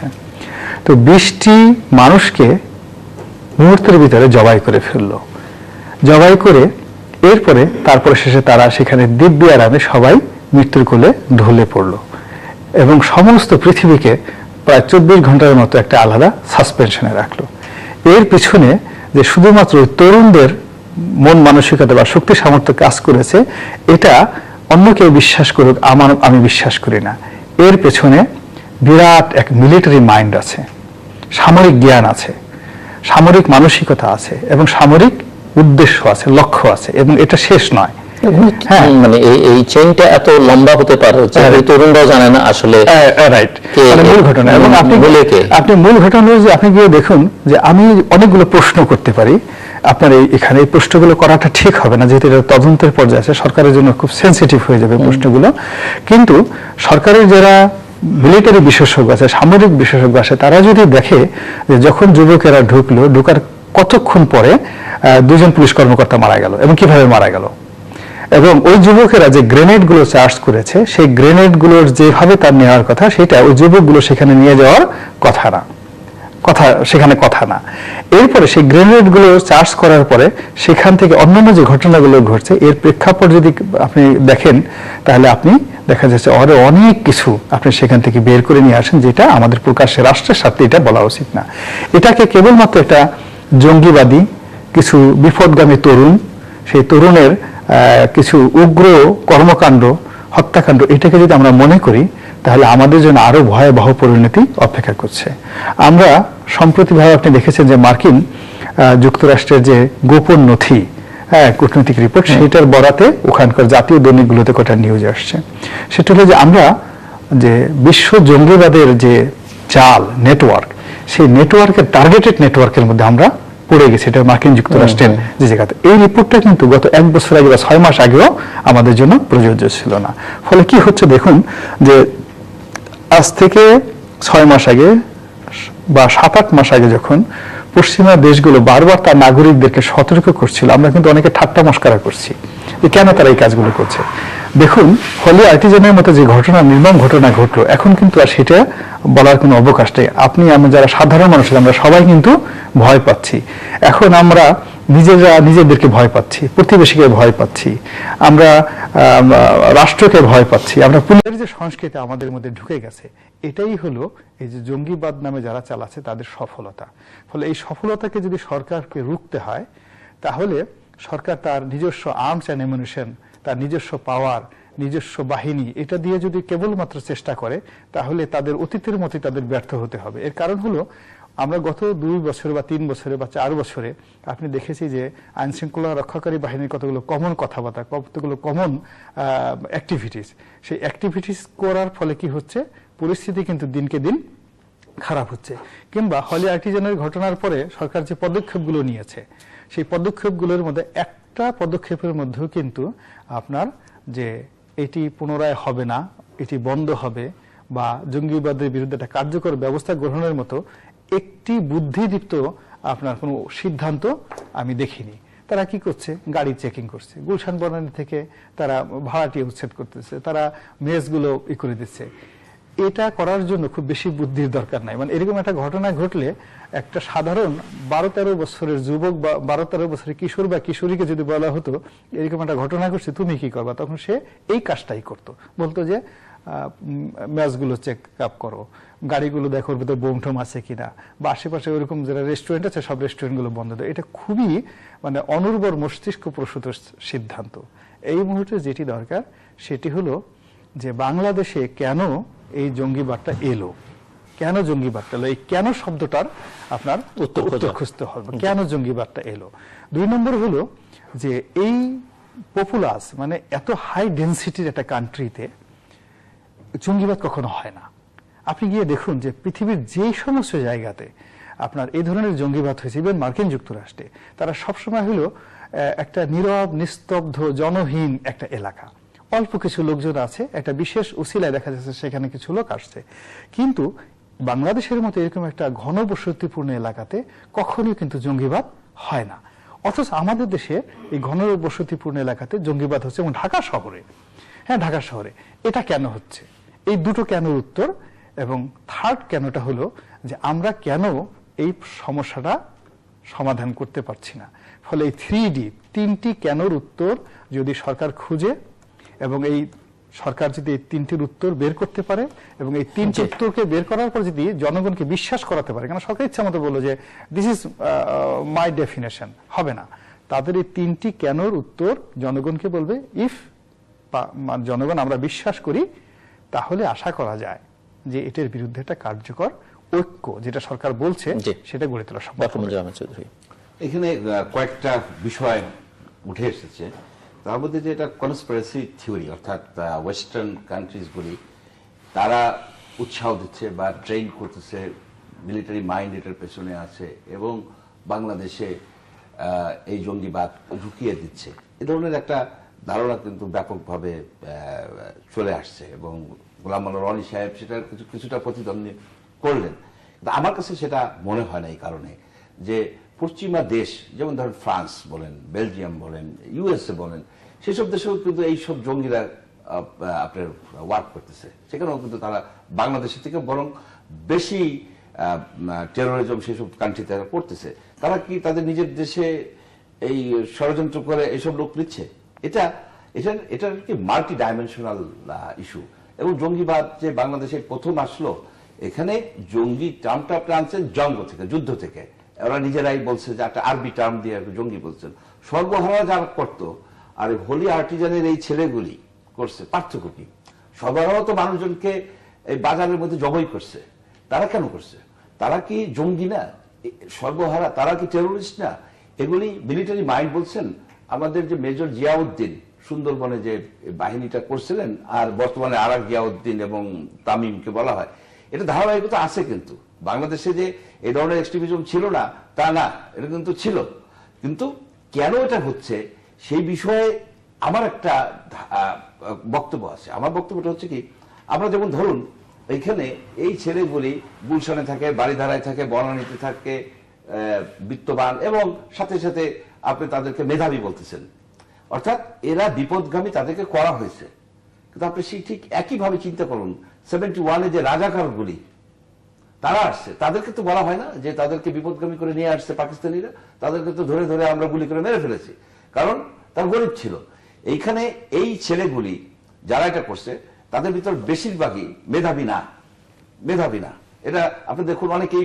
মেধাবী বলিনি। আচ্ছা, মেধাবী আপনি বলেন নাই, কিন্তু পত্রপত্রিকা সবসময় লেখে মেধাবী। মেধাবীর কি ডেফিনেশন অনুসারে অনেকেই তাদের পরীক্ষা টরীক্ষা পাস টাস করতে পারেনি। এখন এদেরকে বলা যায় কিন্তু অ্যাকচুয়ালি দে আর বখাটে। এগুলি কিন্তু বখাটে এবং বিকৃত মানসিকতার লোক। এদের কঠিন সাইকোলজিক্যাল প্রবলেম আছে। এইসব লোককেই এরা রিক্রুট করছে। তা না হলে এইভাবে বিনা কারণে জাপানিদের সাথে কি শত্রুতা আমাদের?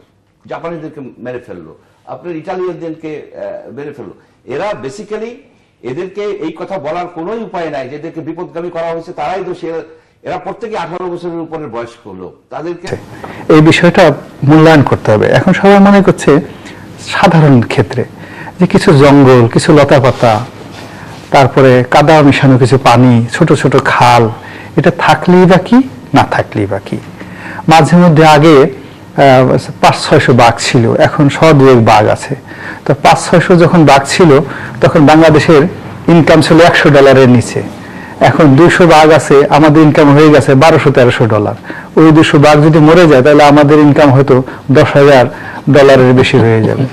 তারা চিন্তা করে যে সৌদি আরবে একটাও সুন্দরবন নাই, সেখানে কোনো গাছ নাই, লিবিয়াতে কোনো গাছ নেই, তো ওই মরুভূমির দেশে গাছ নাই, অথচ তারা কত বড় পানি নাই, সেখানে গিয়ে পশু নদী নেই, সেখানে গিয়ে আমরা কত কষ্ট করে কাজকর্ম করে টাকা উপার্জন করি।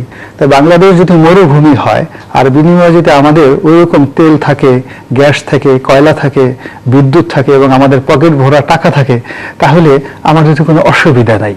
তো এই যে একটা সরল সমীকরণ, হ্যাঁ আমাদের একটা একটা সরল সমীকরণ, সেই সরল সমীকরণে যারা সরকারের মধ্যে যারা যোগ অঙ্ক, সরল অঙ্ক বুঝে না, যারা জ্যামিতি বুঝে না, ত্রিকোণমিতি বুঝে না, তারা এই 2+2=4 সহজ। যে আমাদের সুন্দরবনের দরকারটা কি? আমাদের তো মংলা পোর্ট দরকার, জংলা মংলা দরকার নাই। হ্যাঁ, জংলা দরকার, হ্যাঁ আমাদের একটা মংলা পোর্ট দরকার, বাট জঙ্গল দরকার নেই, জংলা, তারা বলে জংলা। আমাদের বাঘ দরকারটা কি? বাঘডাসা দরকারটা কি? বাঘডাসা মুরগি চুরি করে খেয়ে ফেলে, বাঘ মানুষ খেয়ে ফেলে, ভয় দেখায়। এত কিছু দরকারটা কি? আমাদের মুরগি খাওয়া, হ্যাঁ আমাদের এই জিনিসগুলো কমে যাবে। তো এই সমস্ত সরল যে চিন্তা চেতনার জায়গা থেকে তারা হয়তো চিন্তা করছে যে এই মুহূর্তে আমাদের আসলে বিদ্যুৎ দরকার, খুব বেশি বিদ্যুৎ দরকার, ইন্ডাস্ট্রিয়ালাইজেশন দরকার, এবং আমাদের কর্মসংস্থান দরকার। ওখানে নাকি 1000-5 লোকের কর্মসংস্থান হবে, এরকম কথাবার্তা প্রচার করছে। অন্যদিকে যারা সুন্দরবনের পক্ষে আছেন, যারা চান যে সুন্দরবনটা আরো বিস্তৃত হোক, আরো শক্তিশালী বনায়ন হোক, সবুজ হোক, বাঘেরা 200 জায়গার 200-র পরিবর্তে 2000 হোক, তারা এর সপক্ষে জনগণকে যে বোঝানোর জন্য যে ভাষা দরকার, যে ল্যাঙ্গুয়েজ দরকার, সেই ল্যাঙ্গুয়েজটা তারা আসলে ব্যবহার করতে পারছে না। আমাদের দেশটা যদি সুন্দরবন না থাকে তাহলে এটা মরুভূমি হবে না। এটা কি হবে? এটা সমুদ্রের নিচে তলিয়ে যাবে। আজকে যে বন্যা হচ্ছে, এই বন্যা হওয়ার অন্যতম মূল কারণ হলো পরিবেশের যে একটা ভারসাম্যহীনতা। আমাদের যে প্রায় 4500 নদী আছে, এগুলোর মধ্যে মাত্র 700-800 নদী সক্ষম, আর বর্ষাকালে 4500 নদী যৌবন প্রাপ্ত হয়। অর্থাৎ শীতকালে যে নদীটিতে কোনো রকম 1 ফোঁটা পানি থাকে না, বর্ষাকালে সেই নদীর ভয়ঙ্কর ভাঙনে তার আশেপাশে গ্রামকে প্লাবিত করে ফেলে। এই যে বর্ষাকালে 4500 নদী রাক্ষসী রূপ লাভ করে, এই রাক্ষসী রূপ লাভ করে প্রকৃতির ভারসাম্যহীনতার কারণে। আর বাংলাদেশের যে প্রকৃতির যে ভারসাম্যটা রক্ষা করে, তার অলমোস্ট 60% ভারসাম্যটা রক্ষা করছে এই সুন্দরবন। যদি আমাদের এই সুন্দরবনটা শেষ হয়ে যায়, তাহলে আজকের যে বন্যাটা, ঢাকা শহরে আপনি দেখবেন মতিঝিলে বড় বড় স্টিমার চলছে। আপনি বিদ্যুৎ দিয়ে কি করবেন? আপনারা বিদ্যুৎ চালাতেই পারবেন না। তো এই যে সমস্যাগুলো আমাদের জাতীয় পর্যায়ে বুঝতে হবে, ভাবতে হবে।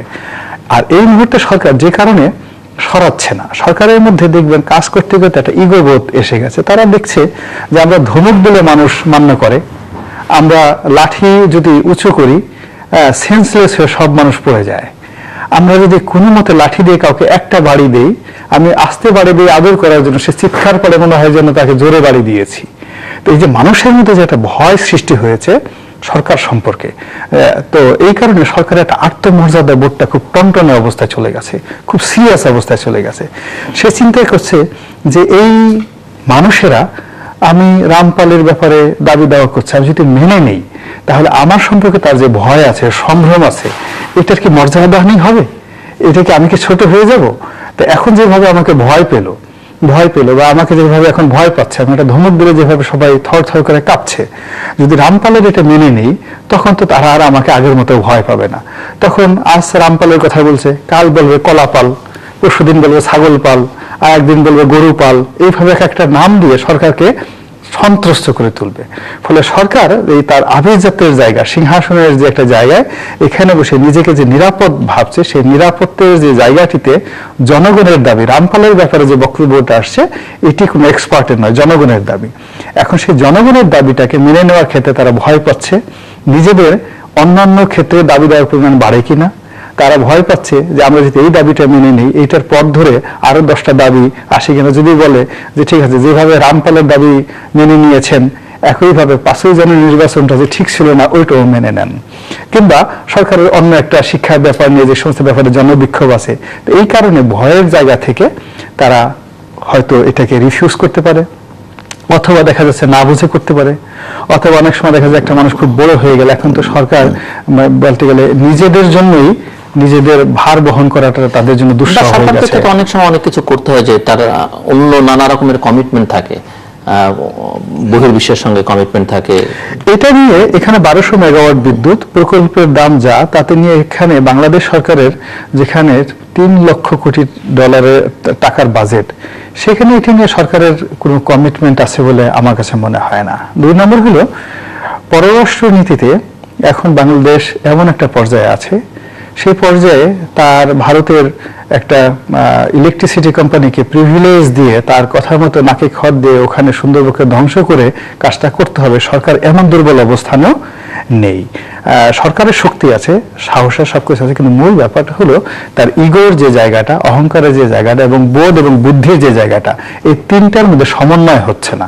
এই সমন্বয় না হওয়ার কারণে এই জিনিসটা দেখেছি অনেক সময় তো তার সিদ্ধান্ত সে পরিবর্তন করেছে অনেক সময়। ওটা হলো যেহেতু এটা তার ইচ্ছাই করেছে, মানে আপনার গণজনের চাপে দেখেছি অনেক সিদ্ধান্ত থেকে সরে গেছে। এই কারণ হলো প্রধানমন্ত্রী নিজে জিনিসটাকে বুঝেছেন, মানে তাকে সে কগনিজেন্সি নিয়েছেন প্রধানমন্ত্রী যে এটি ভালো। তার আগ পর্যন্ত প্রধানমন্ত্রীকে বাধ্য করা হয়েছে এরকম ঘটনা গত 3 বছরে একটাও ঘটেনি। ইভেন কি গত 7 বছরে কিন্তু একটা ঘটনা ঘটে। আমি আগেই বলেছি যে তাদের অহংবোধ, তাদের সম্মানবোধ, তাদের মর্যাদাবোধ এমন একটা পর্যায়ে তারা নিজে থেকে যদি বুঝে যে এই রামপাল, এই বিদ্যুৎ কেন্দ্রটা দেশের জন্য ক্ষতিকর, সুন্দরবনের জন্য ক্ষতিকর এবং সরকারের এটা অদূর ভবিষ্যতে এটা সরকারের জন্য একটা বিস্ফোরা হয়ে যাবে। আপনি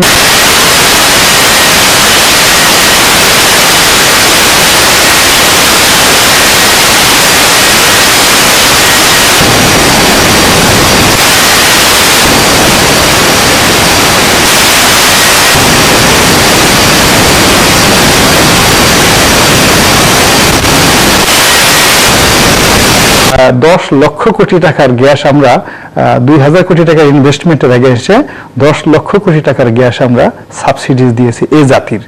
তো এটা ওই সময়টাতে অর্থাৎ যখন প্রকল্পটা নিয়ে আসে আমরা সবাই কিন্তু লাফিয়েছিলাম আনন্দে যে 2000 কোটি টাকা বিনিয়োগে এশিয়ার মধ্যে একটা বৃহত্তম ফার্টিলাইজার ইউরিয়া ফ্যাক্টরি হচ্ছে, কিন্তু ওখানে আমরা যে মূল্যে গ্যাস দিয়েছিলাম তাতে 10 লক্ষ কোটি টাকার গ্যাস কিন্তু আমরা ইতিমধ্যে সাবসিডিজ সেখানে দিয়ে ফেলেছি। সরকার হয়তো অনাগত দিনে বুঝতে পারবে রামপালে আজকে 1200 মেগাওয়াট বিদ্যুতের জন্য আমাদের সুন্দরবনের যে ক্ষতি হবে সেই ক্ষতির ফলে যে প্রাকৃতিক বিপর্যয় নেমে আসবে পুরো দক্ষিণ অঞ্চলে, তার একটা উদাহরণ আমি দিই। উনি যেটা একটু ইঙ্গিত দিলেন, আমাদের দক্ষিণাঞ্চলের প্রত্যেকটা নদী উপনদী খাল বিল কিন্তু স্যালাইন ওয়াটার। এই স্যালাইন ওয়াটারের একটা নির্দিষ্ট গতি পর্যন্ত তারা আসে, মানে একটা সার্টেন লেভেল পর্যন্ত স্যালাইন ওয়াটার আসে। এই স্যালাইন ওয়াটার যখন ওভারফ্লো করে তখনই কিন্তু নদী ফসলি জমিতে সেখানে লবণাক্ত হয়ে যায়। আর কোনো ফসলি জমি যদি লবণাক্ত একবার হয়ে যায় সেখানে 2-5 বছরে কিন্তু কোনো ফসল উৎপন্ন হয় না।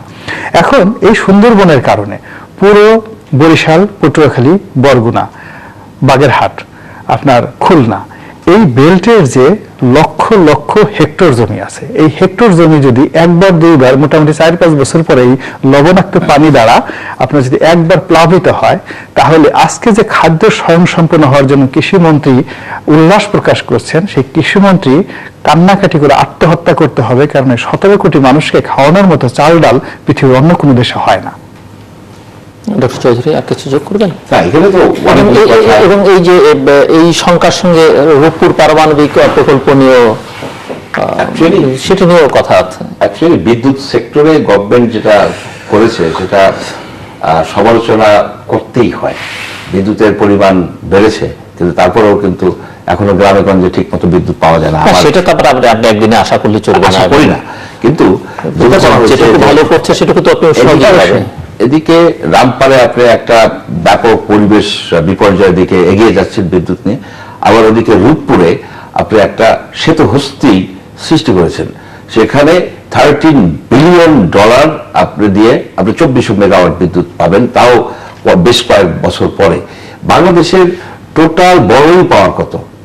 আপনার $25 বিলিয়ন, $26 বিলিয়ন, তার অর্ধেকই আপনি বড় করতেছেন। তার মানে কি আপনার এত টাকা ইনভেস্ট করে আপনি নিউক্লিয়ার পাওয়ার প্ল্যান্টের কি দরকার ছিল কিনা, এ বিষয়ে কি সংসদে আলাপ হয়েছে কিনা? আপনি তো তখন সংসদ সদস্য ছিলেন, সংসদে এটা বিষয় নিয়ে কি বা কোনো কমিটিতে আলোচনা হয়েছে যে এই ধরনের একটা নিউক্লিয়ার পাওয়ার প্ল্যান্ট করে আমরা এতগুলি টাকা আমরা ইনভেস্ট করে ফেলতেছি, এটা কি জাতীয় স্বার্থে করা হচ্ছে নাকি এটা নির্বুদ্ধিতা হচ্ছে? এ বিষয়ে কিন্তু আলোচনা আসবে। আর একটা জিনিস যেটা বিষয় গোলাম মাওলা রনি সাহেব বলেছেন যে সরকার ধীরে ধীরে অসহিষ্ণু হয়ে উঠেছে, আগে শুনতো এখন শুনে না। এটা আপনি দেখেন সেই ফরাসি বিপ্লবের আগে সহিষ্ণু লুইগুলো ছিল, আগে রাষ্ট্র, সে ধরনের ব্যাপার হয়নি এখনো। রূপপুরের বিষয়টা আমার একটাই কমেন্ট, আমাদের এখন তো ওই পর্যায়ে যায় নাই, কিন্তু চুক্তি হয়ে গেছে গত সপ্তাহে। এই পাওয়ার প্ল্যান্টের ব্যাপারে, নিউক্লিয়ার পাওয়ার প্ল্যান্টের ব্যাপারে আমার একটাই কমেন্ট যে আমরা এতগুলি টাকা এখানে যে ইনভেস্ট করতেছি, এটা কি জাতীয় স্বার্থ সংরক্ষিত হবে? এ বিষয়ে এক্সপার্টরা কিছু বলেন না, কিন্তু এ বিষয়ে আলোচনা করে একটা সিক্রেসি। কিন্তু এত বড় একটা প্রজেক্ট বাংলাদেশের ইতিহাসে, তার 45 বছরের ইতিহাসে এত বড় কোনো প্রজেক্ট নেওয়া হয়নি, এই প্রজেক্টটা নেওয়া হয়েছে। এই বিষয়টা আরো বেশি সতর্ক হওয়া উচিত ছিল, আরো বেশি আলোচনা করা উচিত ছিল, সে বিষয়ে কোনো আলোচনা হয়নি। কিন্তু এটাই আমার এই মুহূর্তে বক্তব্য। এই যে সমস্যাগুলো নিয়ে আমরা আলোচনা করছি, আরো সমস্যা অনেক লম্বা তালিকা আছে, মানে যেগুলো নিয়ে সমালোচনা আছে, বিতর্ক আছে, বা যেগুলো নিয়ে কাজ করবার সুযোগ আছে, সবকিছু আসলে পহেলা জুলাইয়ের পর থেকে হারিয়ে গেছে। গুলশানের হলিয়া আর্টিজানের হামলা, এবং তারপরে শোলাকিয়া, তারপরে কল্যাণপুরে অভিযান, সব মিলিয়ে তো এই জায়গাটা থেকে আসলে কি মনে হয় যে গত 1.5 মাসের অভিজ্ঞতা বা 1.5 মাসের কিছুটা সময়, 2-4 দিন কম, এই অভিজ্ঞতা কি বলে যে আমরা কি আসলে প্রবলেমটা আইডেন্টিফাই যথাযথভাবে করতে পারলাম কিনা, বা সমস্যাটা অ্যাড্রেস ঠিক মতো করতে পারছি কিনা? আমার কাছে মনে হয় কম 1.5 মাসের। আমার কাছে মনে হচ্ছে জঙ্গিবাদের নামে যে প্রচারটা গত 2 বছর 3 বছর যাবত আমাদের আইন শৃঙ্খলা বাহিনী চালিয়ে আসছিলেন, এটা একটা রং সিদ্ধান্ত ছিল। এটা রং সিদ্ধান্ত ছিল, সেটি ছিল যে বাংলাদেশে জঙ্গিবাদ আক্রান্ত হচ্ছে এবং সরকার শক্ত হাতে জঙ্গিবাদ দমন করছে এবং দমন করতে সক্ষম। এই কথা বলে নিজেদের দুর্বলতা ঢাকার জন্য তারা পশ্চিমা বিশ্ব যারা জঙ্গিবাদের বিরুদ্ধে যুদ্ধ করছে তাদের সহানুভূতি লাভ করা এবং এই সহানুভূতির মাধ্যমে সরকার সম্পর্কে যে পশ্চিমা বিশ্ব যে অভিমান করে আছে, রাগ করে আছে বা সরকারকে যে স্বীকৃতি দিতে তারা গড়িমসি করছিল ওই বিষয়টাকে দূর করার জন্য ক্ষেত্র বিশেষে এটা একটা যাকে বলে আমরা আমাদের ছোট ছোট ছেলে মেয়েরা অনেক সময় পিতামাতার কাছে আবদার করে, অভিনয় করে, কৃত্রিম ভাবে একটা মায়া মমতা সৃষ্টি করার চেষ্টা করে, ঠিক ওইরকম জঙ্গিবাদ নিয়ে আসলে ওইরকম একটা চেষ্টা দীর্ঘদিন যাবৎ করে আসছিল এবং এটা নিঃসন্দেহে ভুল ছিল। 2 নম্বর হলো যে এটা বলতে বলতে বলতে বলতে আসলে আমাদের দেশে জঙ্গিবাদ চলে এলো।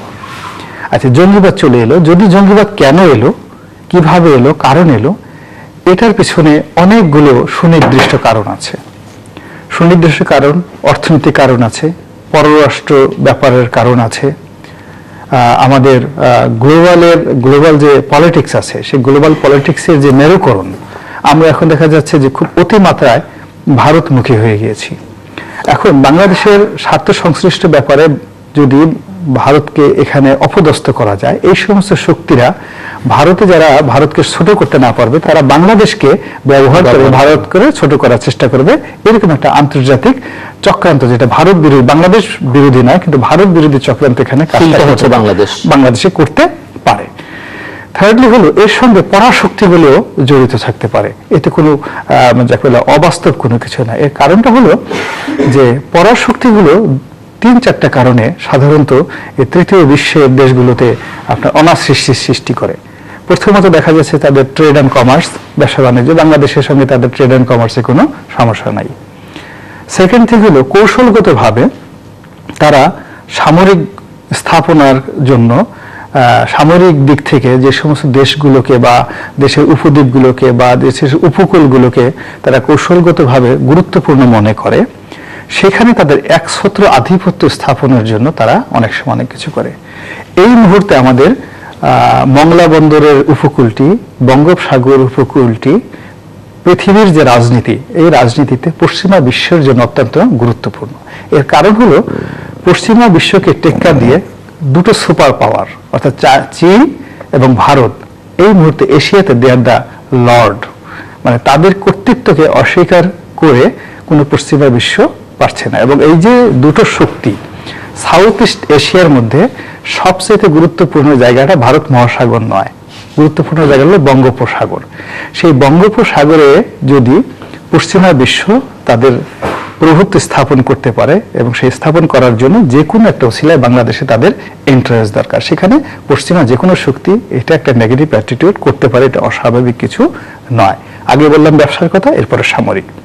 থার্ডলি যেটি হলো সেটা ভেরি সেন্সিটিভ, সেটি হলো মানুষ যত বড় লোক হয় তাদের আত্মমর্যাদা তত বাড়ে।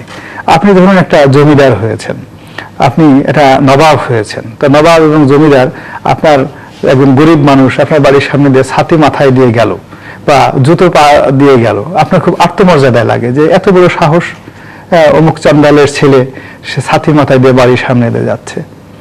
অথবা কোনো কারণে একটা গরিব মানুষ একটা জমিদারের সঙ্গে একটা অভদ্র আচরণ করে ফেললো, জমিদার তার সর্বশক্তি নিয়োগ করে দুনিয়া থেকে সরিয়ে দেওয়ার জন্য।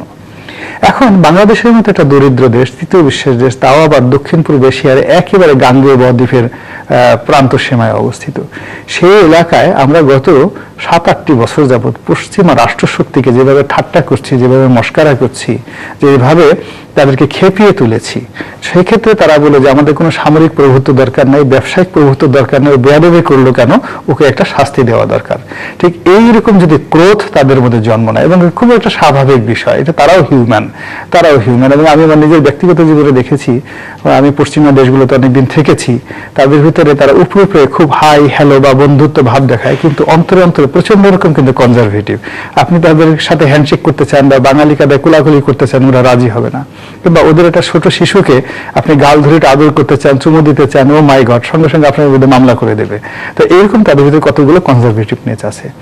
এখন সেক্ষেত্রে পশ্চিমা বিশ্ব তাদের আমাদের বিরুদ্ধে এই তাদের আত্মাভিমান এবং আমরা যে তাদেরকে অপমান করেছি সেই যোগ। যেমন উত্তরাঞ্চল থেকে চাল ডাল আটা ময়দা আসতো, এখান থেকে ওখানে যেত। আপনি জানেন যে আজকে প্রায় এক সপ্তাহ যাবত আপনার যে আরিচার যে ফেরিঘাট সেটি বন্ধ আছে। সেটিতে কোনো রাস্তার এই পারে বলেন ও পারে বলেন হাজার হাজার ট্রাক দাঁড়িয়ে আছে। এটা কেন? বন্যার কারণে।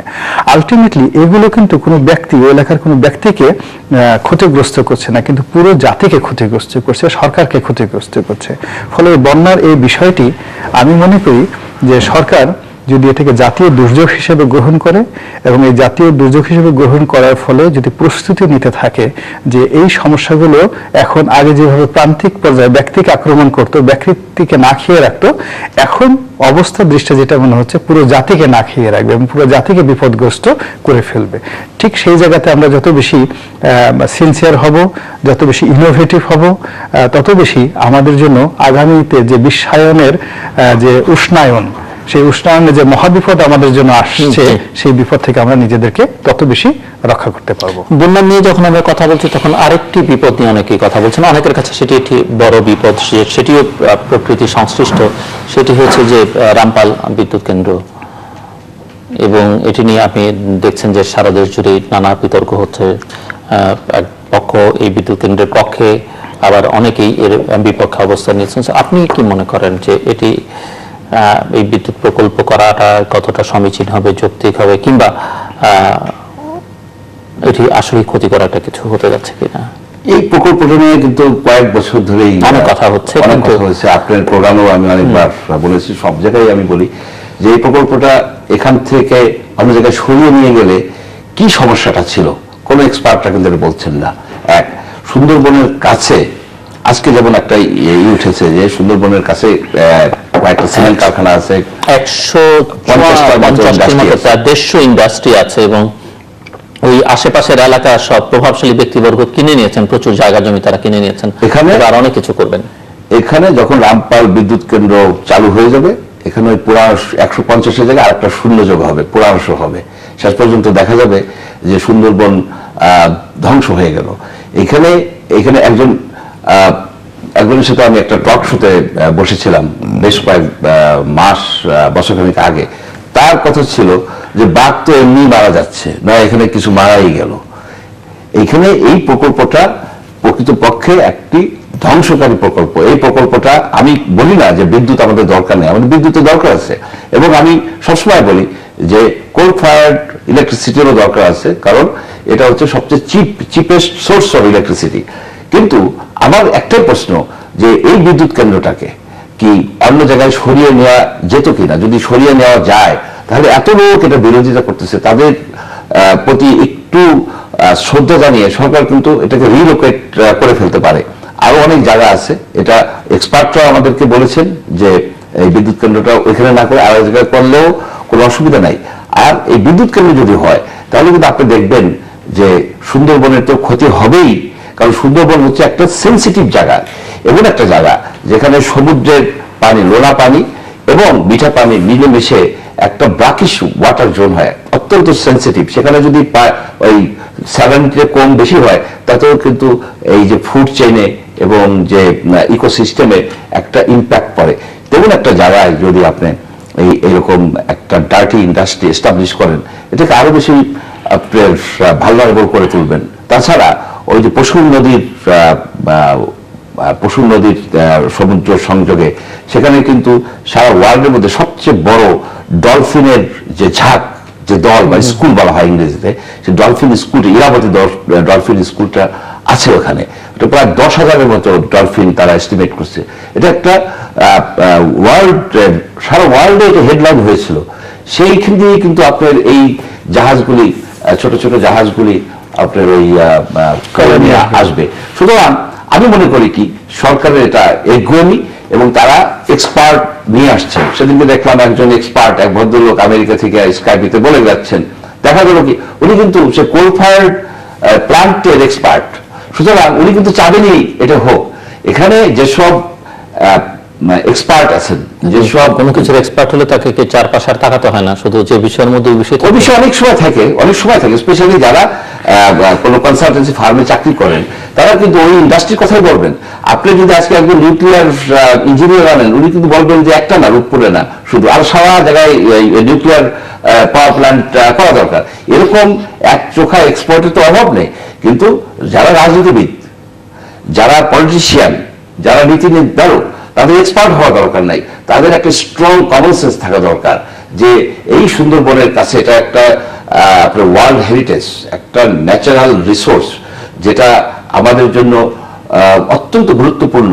এখানে আমি একটা পাওয়ার প্ল্যান্ট যে জোর জবরদস্তি করে করতেছি, এখানে যদি ধরেন এই সুন্দরবনের এই যে 106টা, কেউ বলে 200টার মতো যে বাঘ, রয়্যাল বেঙ্গল টাইগার আছে, এগুলো যে ডিক্লাইন করতে থাকে প্রতি বছর, যদি কমতে থাকে, কারণ এইসব প্রাণীগুলি কিন্তু খুব একটা সেন্সিটিভ ইকোসিস্টেমের মাধ্যমে, ইকোলজিক্যাল চেইনের মাধ্যমে বেঁচে থাকে।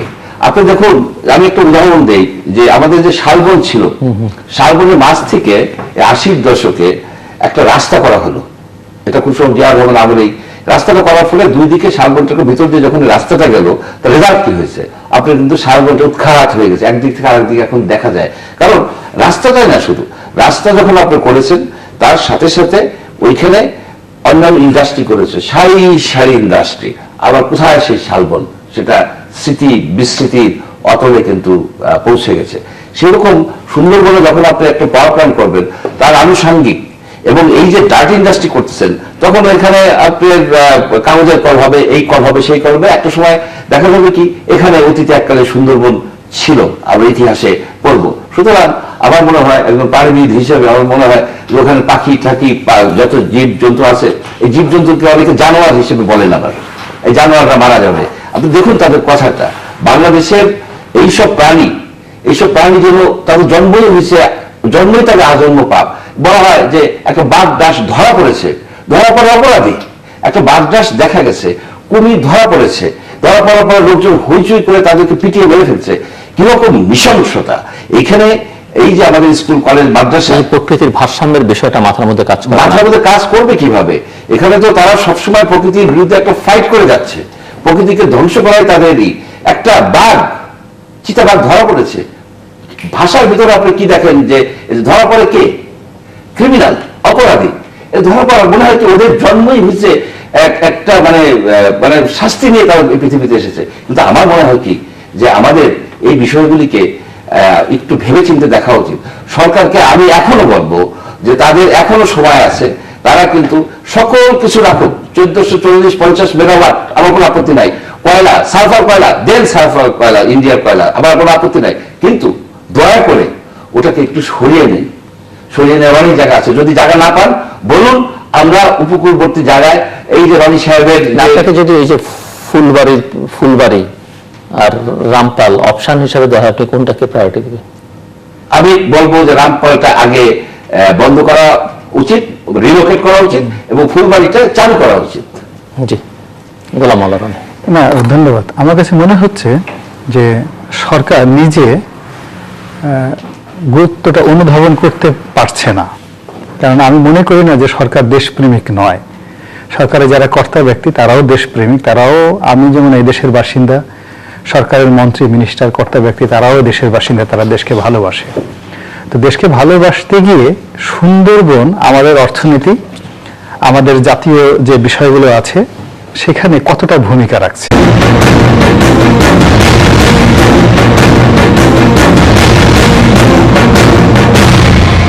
বাংলাদেশের বাইরে পৃথিবীর বিভিন্ন প্রান্তে যেখান থেকে চ্যানেলে দেখছেন, আপনাদের সকলকে সাদর আমন্ত্রণ তৃতীয় মাত্রা দেখবার জন্য। আর সাম্প্রতিক নানা বিষয় নিয়ে কথা বলবার জন্য আমার আজকের অতিথি বসে আছেন রাজনৈতিক বিশ্লেষক ডক্টর মঞ্জুর আহমেদ চৌধুরী, ডানে রয়েছেন সাবেক সংসদ সদস্য গোলাম মাওলা রানী। স্বাগত আপনাদের দুজনকে স্টুডিওতে। নানা বিষয় রয়েছে এই মুহূর্তে আলোচনা করবার মধ্যে, কিন্তু যে বিষয়টি সবচাইতে কম আলোচিত নানান কারণে, কিন্তু যেটি খুবই গুরুত্বপূর্ণ, যেখানে সাধারণ মানুষ অতিমাত্রায় ভুক্তভোগী, দেশের বন্যা পরিস্থিতি। সামগ্রিকভাবে উত্তর এবং মধ্যাঞ্চলে যে বন্যা পরিস্থিতি, কেউ কেউ বলছেন যে 30 বছরের মধ্যে এটি সবচাইতে ভয়াবহ বন্যা বাংলাদেশে। সো আমি একটু শুনতে চাইছি যে এই বন্যা পরিস্থিতি মোকাবেলার জন্য সরকার অন্যান্য সময় আমরা দেখতাম যে দেশের নাগরিক সমাজ বিভিন্ন রাজনৈতিক দলের নানা রকমের উদ্যোগ, সেই উদ্যোগে এবার সেই অর্থ দেখা যায়নি। এবং এই যে বন্যা হলো তার কারণ কি সেটি নিয়ে নানা রকমের কথাবার্তা আছে। ডক্টর মঞ্জুর আহমেদ, এই বিষয়ে আসলে তো আমি তো বন্যার এক্সপার্ট নই, তবে সাধারণ একজন ব্যক্তি হিসেবে যেটা আমার মনে হয়, বন্যা বাংলাদেশের সাথে কিন্তু অস্তিত্বের সাথে কিন্তু ওতপ্রোতভাবে জড়িত। একদম যে বন্যা হবে না সেটা কিন্তু আমরা ভাবতে পারি না। বন্যা এটা একটা পজিটিভ সাইডও আছে, আর নেগেটিভ সাইড তো আছেই। তবে আপেক্ষিকভাবে যদি আপনি দেখেন যে এবারের বন্যা কিন্তু আপার রিপারিয়ান কান্ট্রি আসামে এবং পশ্চিমবাংলায় কিন্তু বন্যার ব্যাপকতাটা বেশি, এবং সেখানে এক্সপার্টরা বলছেন যে তারা যে ব্যাপকভাবে যেভাবে নদীর গতিপথ রুদ্ধ করে দিচ্ছেন, পানি উইথড্র করতেছেন, এমবাঙ্কমেন্ট করতেছেন বিভিন্ন রকমের, ফলে নদীর যে ন্যাচারাল যে ফ্লোটা সেই ফ্লোটা ব্যাহত হচ্ছে, যার ফলে ওখানেও কিন্তু প্রচন্ড ভাবে আপনার বন্যা দেখা দিচ্ছে। এবং আমাদের যে তিস্তার যে বন্যাটা হলো সেখানে একটা জিনিস, যে গজলডোবা যে ব্যারেজ আছে সেই ব্যারেজের কিন্তু সবটাই পানি ছেড়ে দেওয়া হয়েছিল, তার ফলে বন্যার ব্যাপকতা এখানে বেশ ভয়াবহ হয়েছে, মানুষের বেশ দুর্দশা হয়েছে, মানে মানুষ মারাও গেছে। আরেকটা জিনিস এখানে অবজার্ভ করতে হবে যে গত ধরেন 88 বন্যা, তার আগেরও অনেক বন্যা হয়েছে, এর ফলে বাংলাদেশের জনগণের ভিতরে কিন্তু একটা ন্যাচারাল এক ধরনের অর্গানাইজেশনাল স্কিল গড়ে উঠেছে, how to survive this type of flood. এবং আপনি যদি দেখেন যে অন্যান্য দেশে, যেমন ধরেন আমেরিকায় বা ইউরোপ, সেসব জায়গায় বন্যা হয়, হেভি বৃষ্টিপাত বলে বন্যা হয়, দেখা যাচ্ছে 4 ফিট পানি, তার ভিতরে এই বিভিন্ন রকমের সৈন্য সামন্ত এসে একটা গাড়ি নিয়ে, আপনার বোট নিয়ে, লাইফ বোট জ্যাকেট লাগায় যাচ্ছে সেখানে। আর বাংলাদেশে দেখা যাচ্ছে কি, এই ছেলেরা মেয়েরা হোল ফ্যামিলি একটা ছোট ডোঙা করে আশ্রয় যাচ্ছে। অর্থাৎ আমাদের একটা ন্যাচারাল স্কিল ডেভেলপ করে গেছে, যার ফলে আমরা অনেকটাই বন্যার প্রকোপ থেকে কাটায় উঠতে পারি। তারপর আমি যেটা বলবো যে সরকারের এবং পলিটিক্যাল পার্টির এদের এ ধরনের কোনো উদ্যোগ আমি খুব একটা দেখি নাই। আওয়ামী লীগের পক্ষ থেকে কয়েকজন গিয়েছেন, কিন্তু জনগণের মধ্যে যেভাবে একটা প্রচারণা চালানো দরকার ছিল, এই এত সব লোকজন এইভাবে এত কষ্ট করলো, সেখানে কিছুটা সাহায্য, কিছুটা সমবেদনা, কিছুটা তাদের পাশে যে দাঁড়ানোর যে একটা প্রবণতা, এটা কিন্তু আমি দেখি। অন্য দুর্যোগের ফলে বোধহয় দুর্যোগ হারিয়ে গেছে, মানে মানব সৃষ্ট দুর্যোগের কারণে বোধহয় প্রাকৃতিক দুর্যোগ বন্যার থেকে বেশি অ্যাটেনশন ড্র করছে সেই ভারত থেকে আসা একটা হাতি, সেই হাতির দি সাগা অফ দ্যাট এলিফ্যান্ট, সেই হাতি কোথা থেকে কোথায় যাচ্ছে, এটা যতটা মানুষের দৃষ্টি আকর্ষণ করছে, সমবেদনা পাচ্ছে, আমার মনে হয় না যে এই আদম সন্তানরা ওই রকম সমবেদনা পাচ্ছে সরকারের কাছ থেকে হোক কিংবা জনগণের কাছ থেকে হোক। এটা দুর্ভাগ্য। তবে আশা করি যে সরকার আরো বেশি কার্যকরী ভূমিকা নেবে। জি, মির্জা গোলাম আলী রনি। বিশ্বের যে উষ্ণায়ন, সারা পৃথিবীতে তাপমাত্রা যেভাবে বৃদ্ধি পেয়েছে, এই বৃদ্ধি পাওয়ার কারণে সারা পৃথিবীতেই প্রকৃতি অদ্ভুত আচরণ করছে। দেখা যাচ্ছে যে হঠাৎ করে বৃষ্টির পরিমাণ বেড়ে যাচ্ছে, শুধু বাংলাদেশে নয়, সব জায়গাতে শীতের পরিমাণ বেড়ে যাচ্ছে, অথবা গরমের দিনে গরমের পরিমাণ বেড়ে যাচ্ছে। এখন যে বন্যার মৌসুম, এই বন্যার মৌসুমে শুধু বাংলাদেশ নয়, বাংলাদেশ, ভারত, পাকিস্তান, শ্রীলঙ্কা, ফিলিপিন্স, চীন দেশ সহ এমনকি মার্কিন মুলুকেও মারাত্মক বন্যা আক্রান্ত হয়েছে। ফলে বাংলাদেশের যে বন্যাটি, এই বন্যাটি মূলত পৃথিবীর যে উষ্ণায়ন, সেই উষ্ণায়নের একটা বিরূপ প্রতিক্রিয়া। এটি হলো কারণটি। দ্বিতীয় কারণ, মঞ্জুর ভাই যেটি বললেন যে আমাদের সাথে ভারতের যে আন্তঃনদী সংযোগগুলো আছে, সে আন্তঃনদী সংযোগের প্রত্যেকটা সংযোগের ক্ষেত্রে আপার লেভেলে তারা যে গেট নির্মাণ করেছে, বাঁধ নির্মাণ করেছে, সেই বাঁধগুলো নির্মাণ করার কারণে সেখানে দেখা যাচ্ছে যে তারা শুষ্ক মৌসুমে পানি প্রত্যাহার করে নেয়, আর বন্যার এই সময়টাতে করে কি অ্যাট এ টাইম পানিগুলো ছেড়ে দেয়। এখন পানি ছেড়ে দেওয়ার ফলে আমাদের কি হচ্ছে, গত 20 বছরে আমাদের নদীগুলোর তলানিতে যে পরিমাণ পলি জন্ম নিয়েছে, যেভাবে নদীগুলো নষ্ট হয়ে গিয়েছে, নাব্যতা হারিয়েছে, সেখানে আপনার যদি ভারত থেকে সেই পানিটা একই সঙ্গে ছাড়া হয়, তাহলে এখানে যে প্লাবনটার সৃষ্টি হয়, যেটা আজ থেকে 30-40 বছর আগে হয়তো এইভাবে প্রলয়ঙ্কারী হতো না, এখন যেভাবে হচ্ছে। ফলে এটা আমাদের বিশ্বের উষ্ণায়নের কারণে প্রথম সমস্যা। দ্বিতীয়ত এই আন্তঃনদী সংযোগে ভারতের নদীর উজানে যে বাঁধ নির্মাণ এবং বিপদের সময় সেই বাঁধ থেকে পানি ছেড়ে দেওয়ার কারণে এই ভয়াবহ পরিস্থিতি সৃষ্টি হচ্ছে। আপনি থার্ড যে প্রশ্নটি করলেন সেটি হলো এই বন্যা নিয়ে কেন ত্রাণ নিয়ে আগের মতো হচ্ছে না। এটার মূল ব্যাপারটা হলো যে সত্যিকার অর্থে আপনি 80-র দশকে বা 88-র বন্যা যদি ধরেন, 88-র বন্যার গ্রাম থেকে প্রত্যন্ত অঞ্চলে যারা বন্যা দ্বারা আক্রান্ত হতেন তারা সবাই প্রান্তিক দরিদ্র সীমার নিচে ছিলেন। ঢাকা শহরও 88-র বন্যায় ডুবেছিল। হ্যাঁ, ডুবেছিল এবং তারা নিতান্ত দরিদ্র ছিল। দরিদ্র থাকার ফলে তাদের সবারই খাদ্য সংকট প্রবল ছিল। কিন্তু এখন এই মুহূর্তে যেটি হয়েছে সেটি হলো বাংলাদেশের কোথাও কিন্তু সেই খাদ্যের সংকট প্রান্তিক লেভেলে নাই, অর্থাৎ যে না খেয়ে মারা যাবে বা দরিদ্র লোক একেবারে যে দিনমজুর আছে তার ঘরেও দেখা যাচ্ছে যে সাপ্তাহিক যে খাবারের যে সংস্থানটা সেটা আমাদের বাংলাদেশের সব জায়গাতে আছে। থাকার কারণে কি হলো, বন্যায় আক্রান্ত হয়ে সেই ঘর বাড়ি ছাড়া হয়েছে, কিন্তু যেহেতু তার খাদ্যের অভাব নাই ফলে সে হাহাকার করছে না। আর হাহাকার না করার কারণে সংবাদপত্রগুলো মিডিয়াগুলো সেই বুভুক্ষ মানুষের মিছিলগুলো দেখাতে পাচ্ছে না। ফলে সরকার তার রুটিন ওয়ার্ক করছে, ত্রাণ দিচ্ছে, বা ত্রাণের ক্ষেত্রে যেভাবে মানুষ যখন ক্ষুধার্ত থাকে, মানুষের ঘরে যখন চাল ডাল না থাকে, মানুষ যখন দুর্ভিক্ষের কবলে থাকে, তখন যেভাবে পত্রপত্রিকায় আসে ঠিক ওই দৃশ্যটা আসলে এখন বাংলাদেশের প্রেক্ষাপটে নাও, বাংলাদেশ একটা মধ্যম আয়ের দেশ, ফলে ওটা হচ্ছে না। আর এই কারণে কি হচ্ছে, যেহেতু বন্যাও হয়েছে, একটা নিউজও করা দরকার, ফলে যেহেতু দুর্ভিক্ষ নেই ফলে কি হচ্ছে, হাতির নিউজটা এখানে গুরুত্বপূর্ণ হয়ে গেছে। হাতি কাকে শুরু দিয়ে পেঁচিয়ে আছাড় মারলো, তারপরে কেন হাতি তার অর্ধেক শরীর ডুবিয়ে পাট ক্ষেতের মধ্যে পালিয়ে রইল, তারপরে সে সেখান থেকে সমীর উদ্দিন বাড়িতে গেল, সমীর উদ্দিনের ওয়াইফ হাতি দেখে ভয় পেল, এটা এখন জাতীয় দৈনিকে নিউজ হয়ে যাচ্ছে। আমি মনে করি যে এই যে বন্যা এবং প্রাকৃতিক যে দুর্যোগগুলো আছে এগুলো অন লং রেঞ্জে হয়তো দেখা যাচ্ছে ব্যক্তিকে ক্ষতি করছে না এই মুহূর্তে, আমাদের খাদ্যের জন্য কেউ বুভুক্ষ কোনো লোককে ক্ষতিগ্রস্ত করছে না, কিন্তু আমাদের যে জিডিপি, আমাদের যে জাতীয় আয় রোজগার, সরকার যেটাকে গর্ব করে যেটাকে নিয়ে, সেটাতে কিন্তু সর্বনাশ ঘটে যাচ্ছে, প্রচন্ডভাবে সর্বনাশ ঘটে যাচ্ছে। আপনি গিয়ে দেখুন যে পদ্মায় প্রচন্ড ভাঙ্গন সৃষ্টি হয়েছে, যমুনা নদীতে ভাঙ্গন সৃষ্টি হয়েছে, উত্তরাঞ্চলের প্রত্যেকটা নদীতে ভাঙ্গন সৃষ্টি হয়ে শত শত একর নয় হাজার হাজার একর জমি নদীগর্ভে বিলীন হয়ে যাচ্ছে এই বন্যার কারণে, যেটার জন্য এই আফটার ইফেক্ট আমরা এই মুহূর্তে টের পাচ্ছি না, বন্যা পরবর্তী সময় সেটা টের পাওয়া যাবে। এরপর আপনি দেখুন এই বন্যাকে কেন্দ্র করে ওই অঞ্চলের সাথে বাংলাদেশের অন্যান্য অঞ্চলের যে অর্থনৈতিক